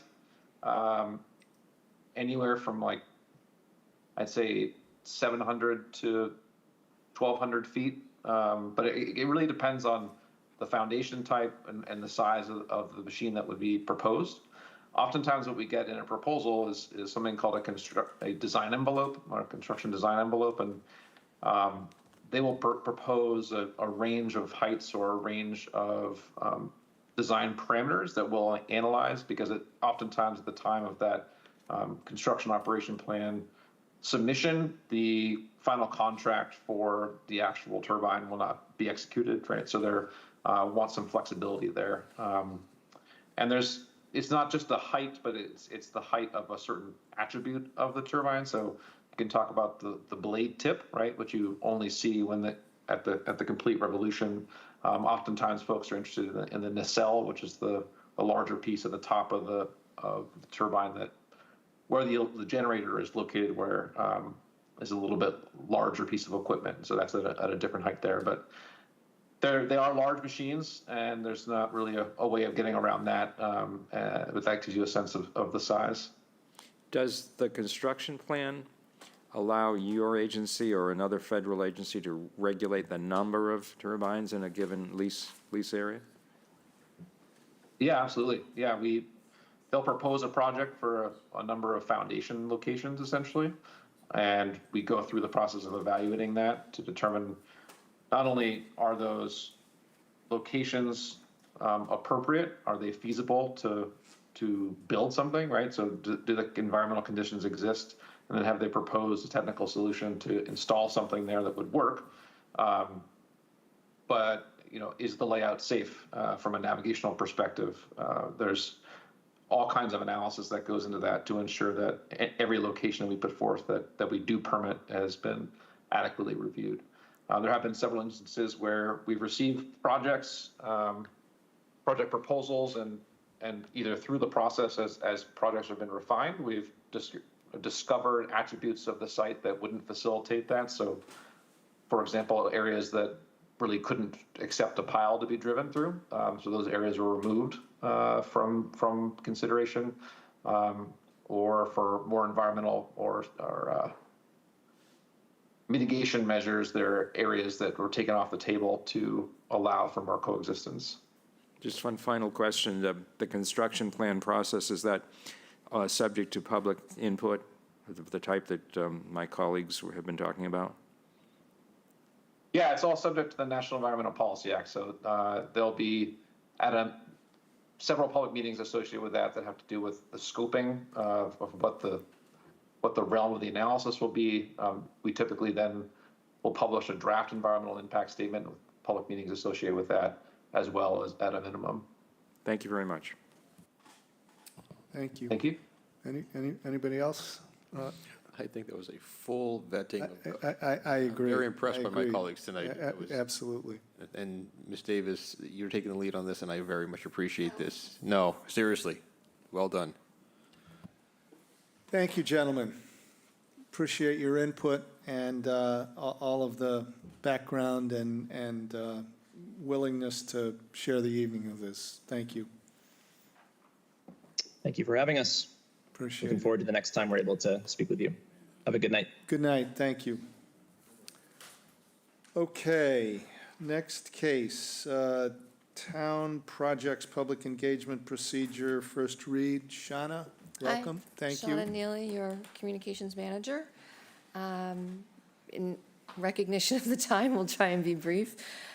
So this is not a policy, it's a procedure or a process that's been developed in recognition of the Select Board's goal of improving communications with the public, in recognition of the public's interest in our town projects, and in recognition of the mutual benefit that we have in having a well-informed community. Proposing this procedure, it's for staff to follow for communications planning on town projects. Basically, the procedure includes an evaluation of the scope, scale, and impacts of a project on the community and matches the appropriate level of public engagement for the project. That would include raising awareness,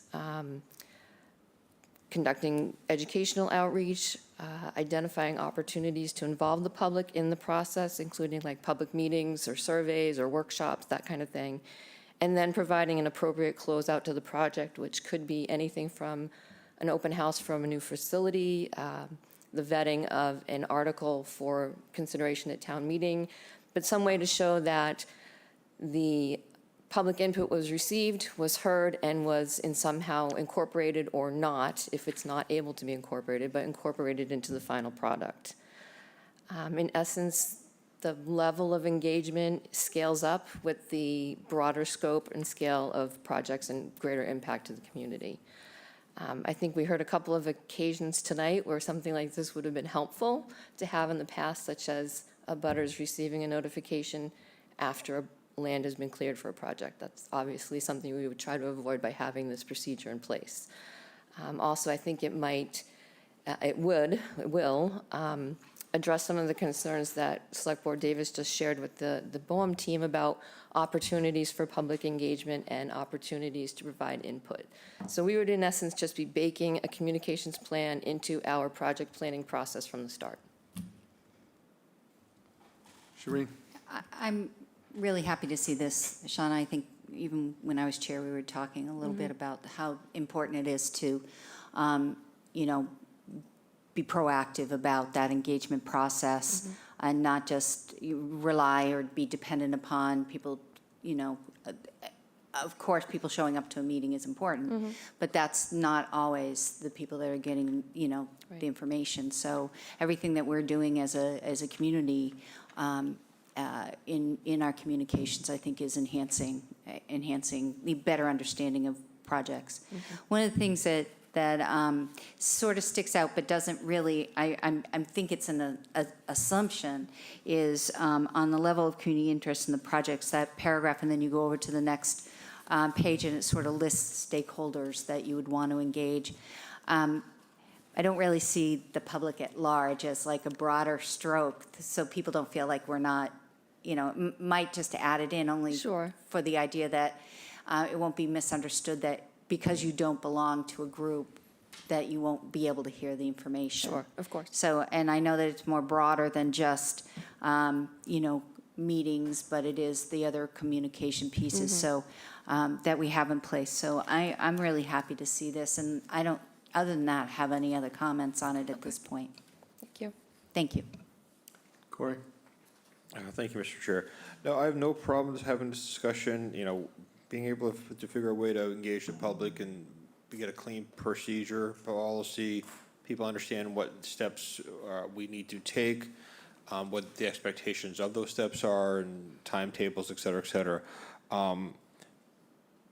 Timing on this, just curiosity, only because doesn't this, I feel like this is something that Mr. Buckley brought or requested several years back, and it was kind of in the same general concept. I don't know details because it's been such a long time, but I do believe Mr. Buckley did have a public engagement,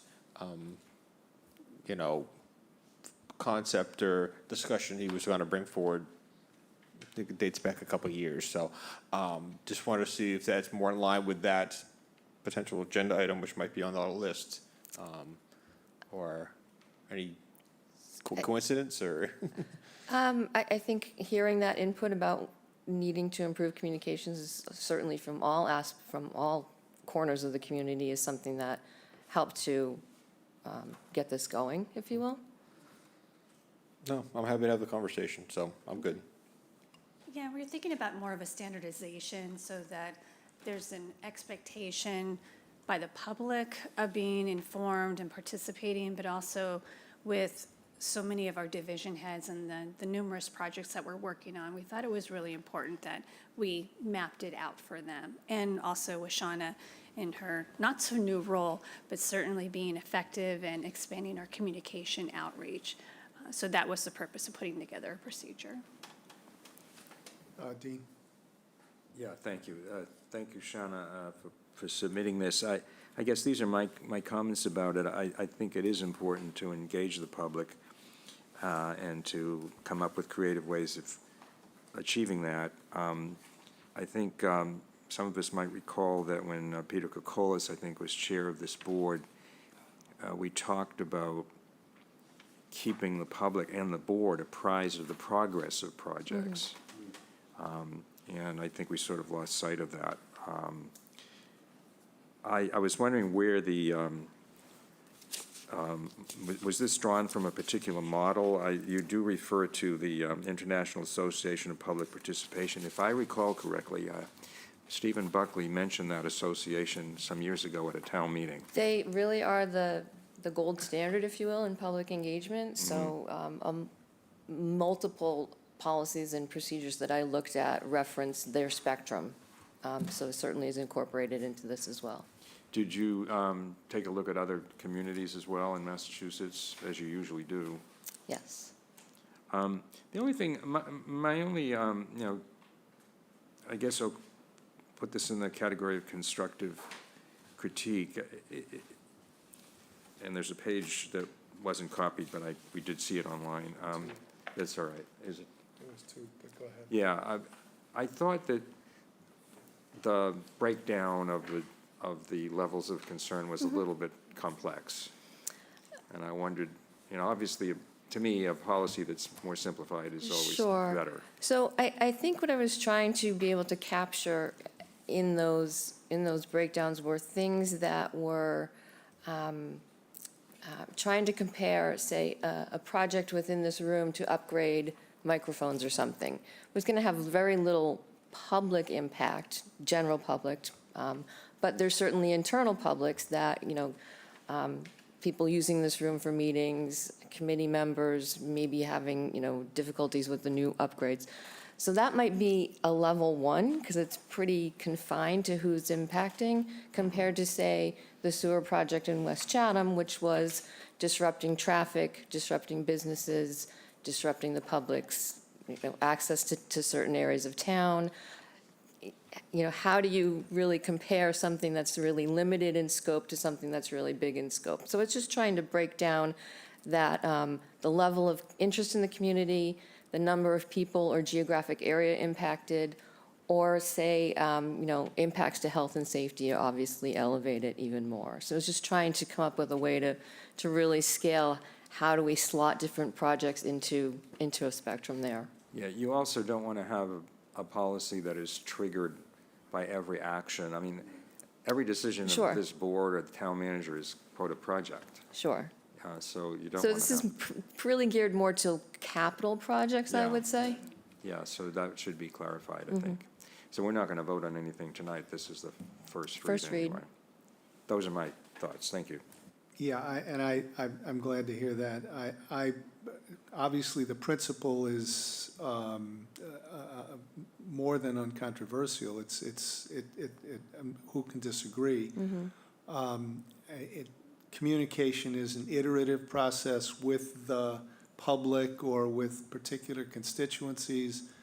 I think this is a very good effort to sort of create some structure around what we think about all the time when we're thinking about how to communicate what we're doing or what's important or responding to uncertainty in the public, et cetera, or a desire for participation. I sort of like to just think about this a little bit, but I commend you on the first effort, and we should keep it on the agenda here until we get to a point where we can say, yeah, we'll vote on this and approve it. Okay. So thank you. Thank you. Okay, next case, I think it is Judy Giorgio, opioid settlement funds update. Welcome. Welcome, thank you. Thank you for having me. Can you hear me okay? We can, thank you very much. All right, great. So I'm just going to give you a brief outline of how the town had spent the opioid settlement funds. Up to, as you know, the town signed on in 2022 to receive the state opioid settlement funds, and up to over the next 16 years, we're going to receive about greater than $350,000. And these funds must be used in the areas of prevention, education, harm reduction, recovery, and recovery efforts. To date, we've received about $161,000. And in fiscal year 2024, the working group awarded 2 small grants of $5,000 each to 2 organizations that work across the Cape in the area of harm reduction, prevention, and education. The first group is Behavioral Health Innovators, and the second was the Fishing Partnership Support Services. You have some details and reports from them on how that money was spent in your packet. We also signed on to a 3-year contract with the Outer Cape Health Services for an in-town recovery coach. This recovery coach has been very successful. She works very closely with our new town adult behavioral health clinician, as well as other town staff.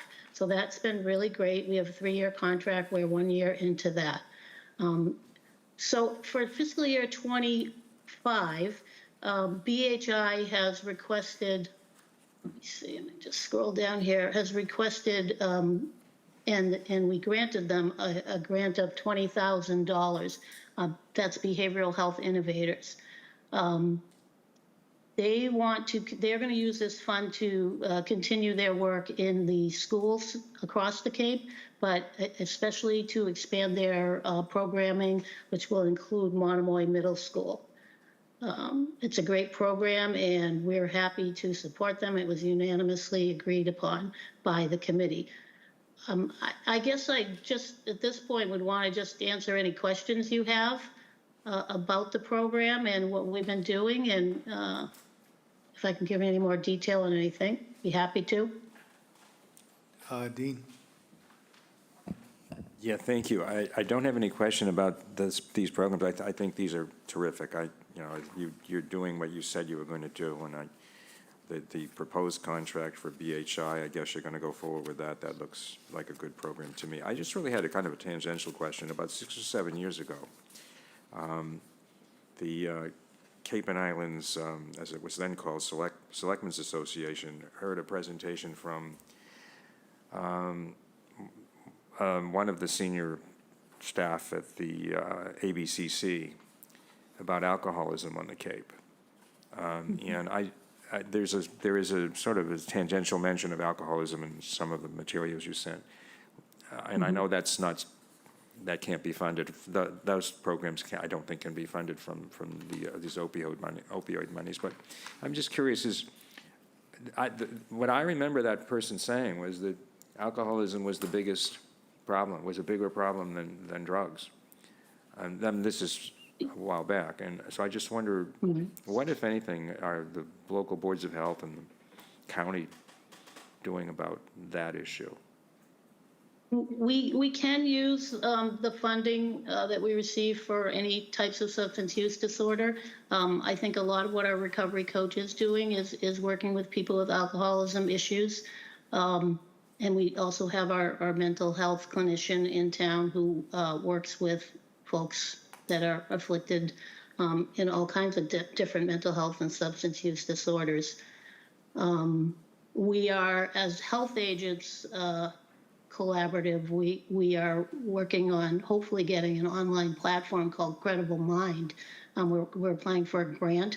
It's a portal that has a lot of mental health support and folks will be able to click on and get information, not just mental health, but also diet and exercise and yoga and mindfulness training, little programs that they can do online, and also where to get more information, and it'll be tailored more towards our communities here on the Cape. So we're really looking forward to working on that program moving forward.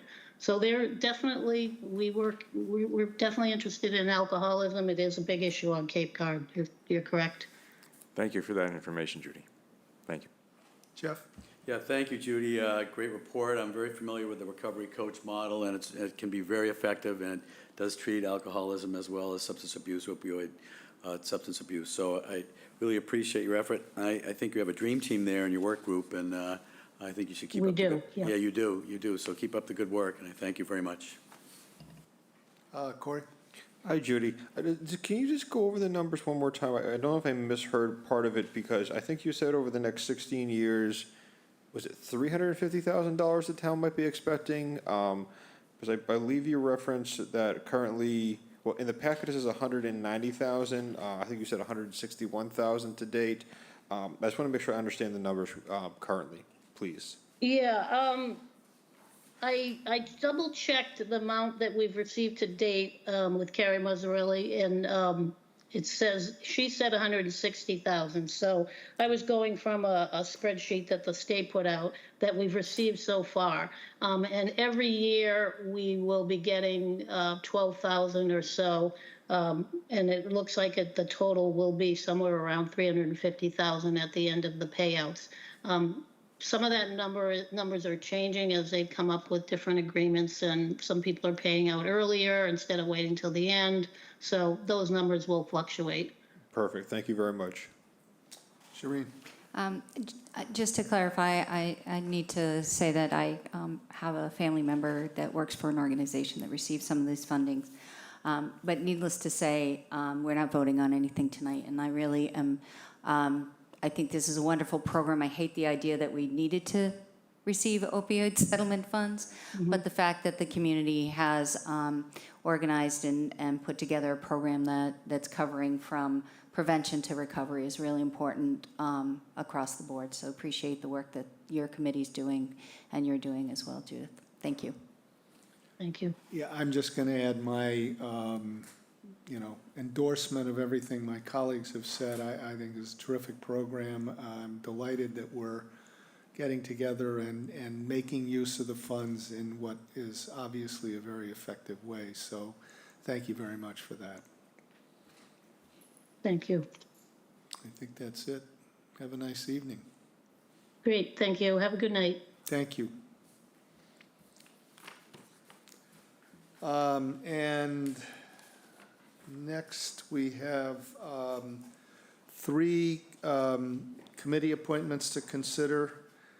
The first is the Independence Day Parade Committee.